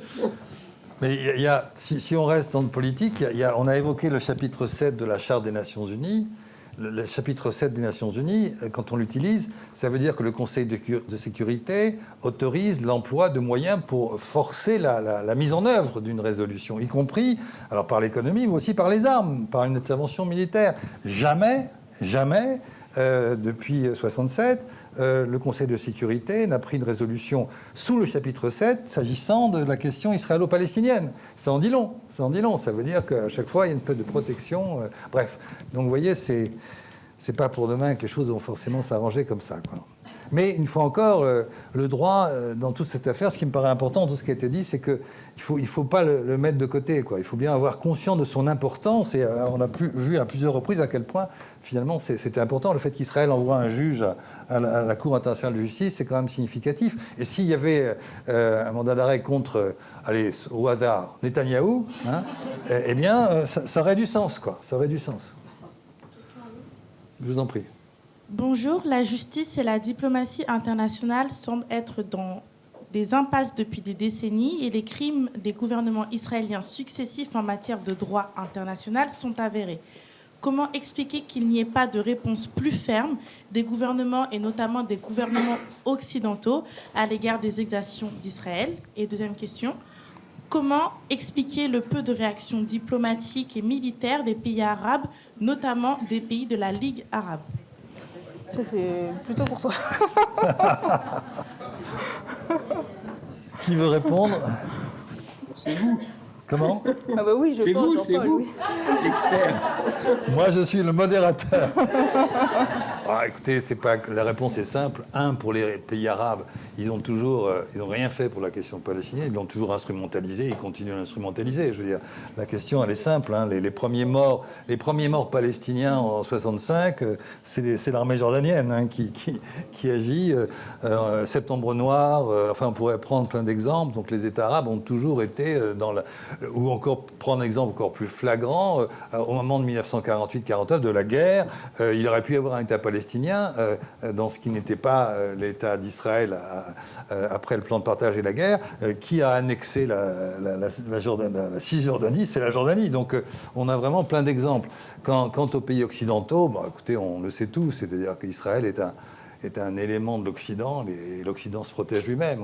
Et la lâcheté des dirigeants européens est quelque chose d'assez redondant, de récurrent, et l'Europe a toujours été à la traîne dans tout ça, sauf Borrell, qui a quelques personnages qui quelquefois prennent des positions importantes. Borrell a pris des positions assez claires sur le plan politique, mais bon, on voit bien, et la position française, malheureusement, aujourd'hui, on va dire, par euphémisme, est en retrait, en régression par rapport à ce qu'elle fut il y a quelques années.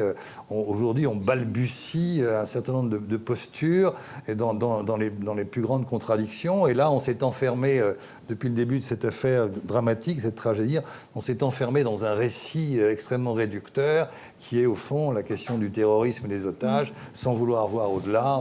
Et on est tout à fait aveugle dans cette affaire. Et surtout, on a perdu en légitimité dans beaucoup d'endroits, et dans le monde arabe en particulier, de manière colossale, quoi.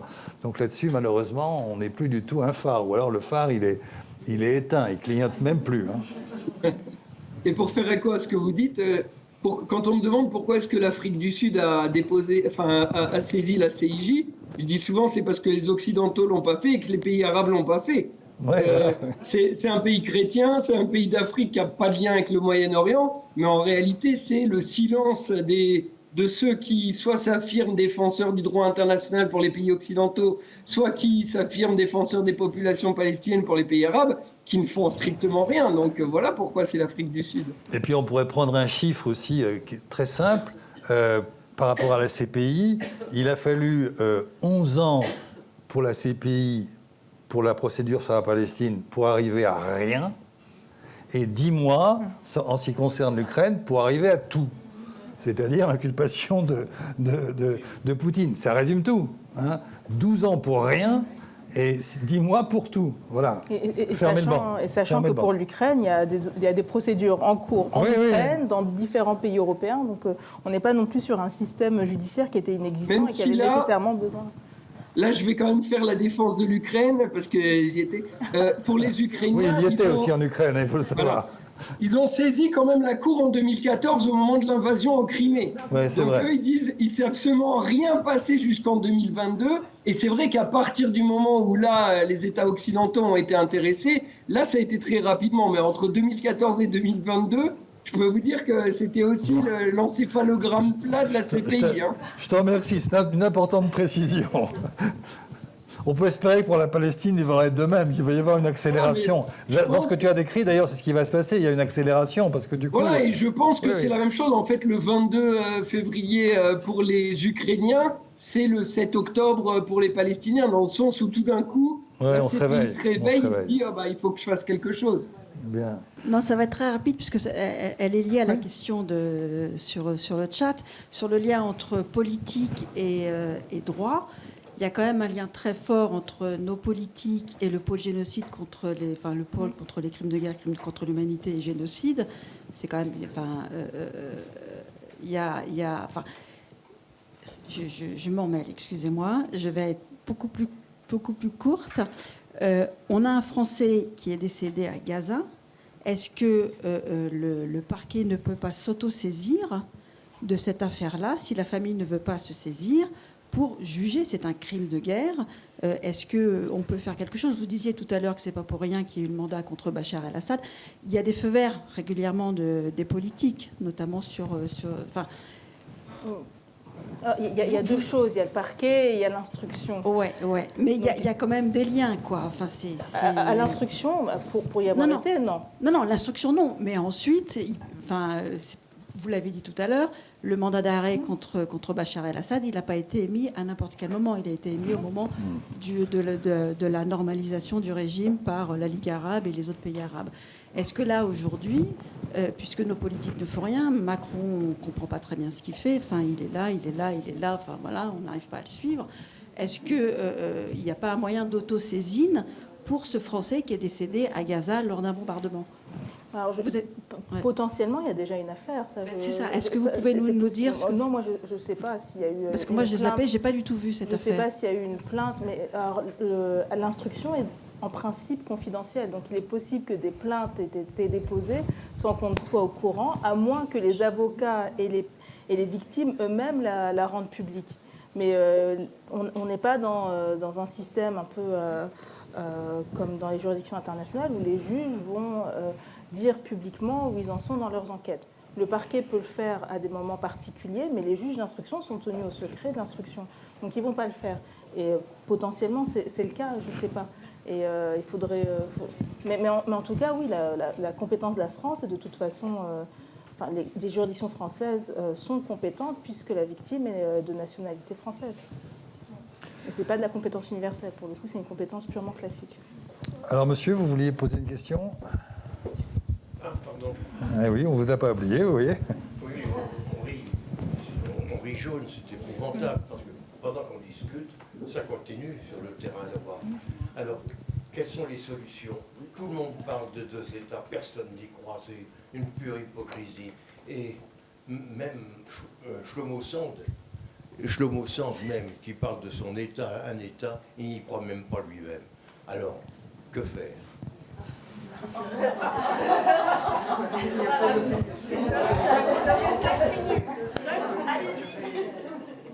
Alors, c'est une question que je vais laisser aux intervenants.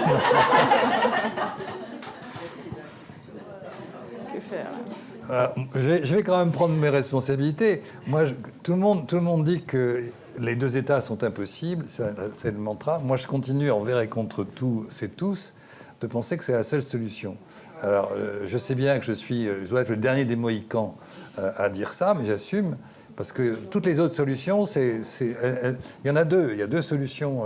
Celle qui est en train de se faire en ce moment, je pense qu'il y a un vrai risque de transfert de population. C'est-à-dire que je pense que ce qui se passe à Rafah dans les prochains jours peut être gravissime.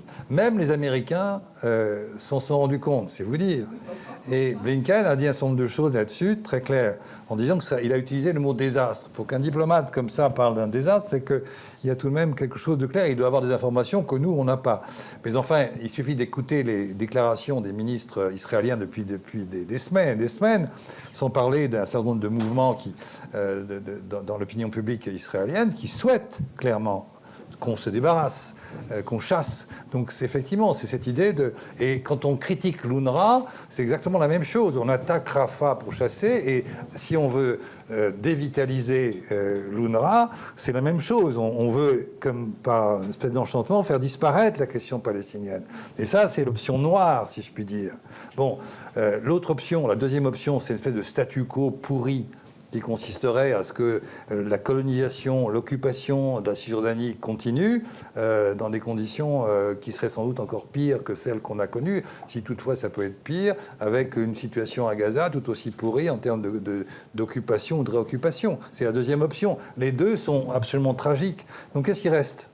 La troisième option serait de dire, comme notre ami Shlomo Sand, un État binational. Dans l'état actuel de fracture et de haine réciproque, je n'arrive pas à comprendre, mais je n'ai pas eu l'occasion récemment d'en discuter avec Shlomo Sand, qu'on connaît bien. Et donc, si on prend ces trois options, les trois sont mortifères.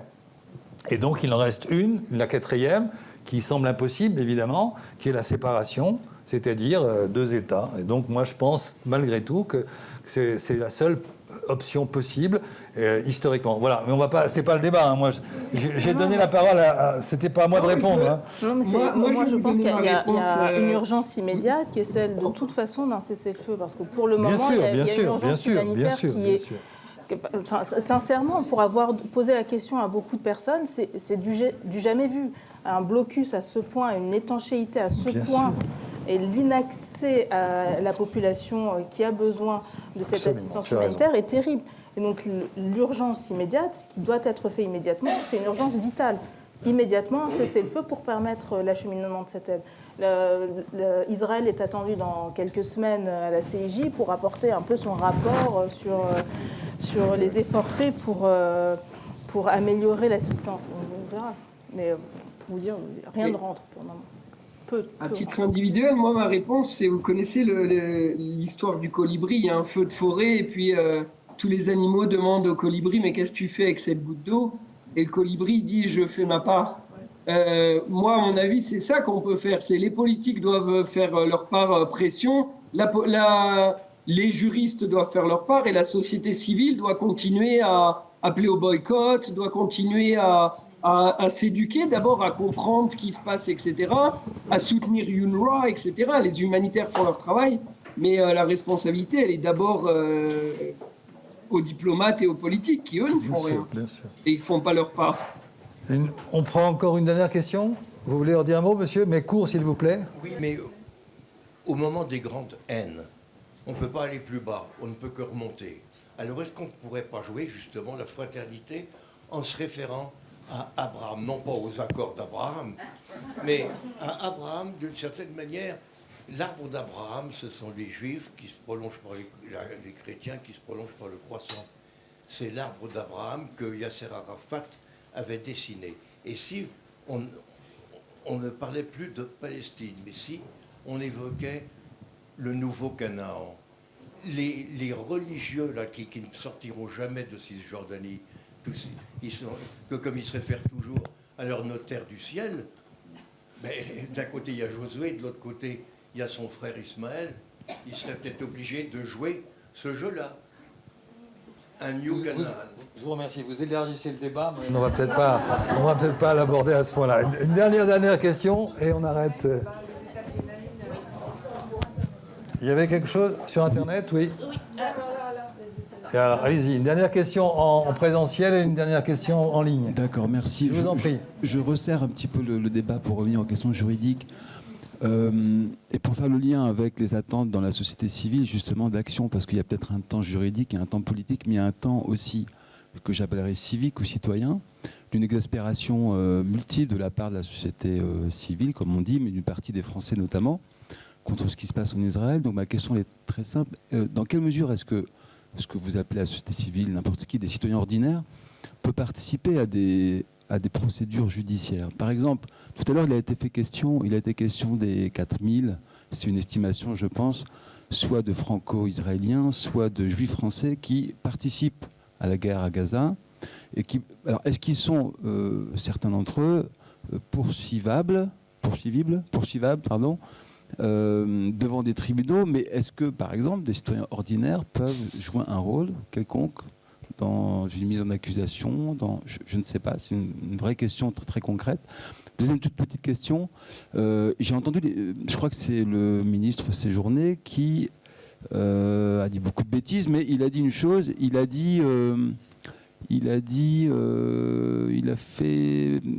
laissé penser que la France pourrait éventuellement s'associer à des initiatives visant à sanctionner des colons israéliens. J'avais envie de savoir ce que vous en pensiez, si c'est de la poudre aux yeux, si c'est quelque chose sur lequel on peut s'appuyer. Voilà. Puis troisième petite question. Tout à l'heure, il a été question justement de la recherche de preuves à Gaza. Est-ce qu'à Gaza, les Palestiniens présents ou des humanitaires présents, est-ce qu'il y a des associations, est-ce qu'il y a des initiatives pour collecter des preuves aujourd'hui de crimes de guerre ou crimes contre l'humanité, voire crimes de génocide sur place? Et est-ce que ces éléments, comme c'est le cas en Ukraine, beaucoup, sont susceptibles ensuite d'être utilisés pour des procédures? Voilà. Sur les preuves, Sur les franco-israéliens. Alors sur les preuves, peut-être, il y a effectivement encore des organisations humanitaires présentes, avec un grand nombre de personnels nationaux et quelques personnels étrangers. C'est très difficile d'entrer, c'est très difficile de sortir de Gaza. Ce qui peut être documenté est mis systématiquement sur, en tout cas si je prends une des organisations, si on prend MSF, est systématiquement mis sur les communiqués de presse, justement pour pouvoir documenter au fil des jours ce qu'il se passe. On sait aussi qu'il y a très peu, enfin il n'y en a pas, je crois qu'il y en avait un, je ne sais pas s'il y a encore, journalistes étrangers. C'est uniquement Al Jazeera qui est présent.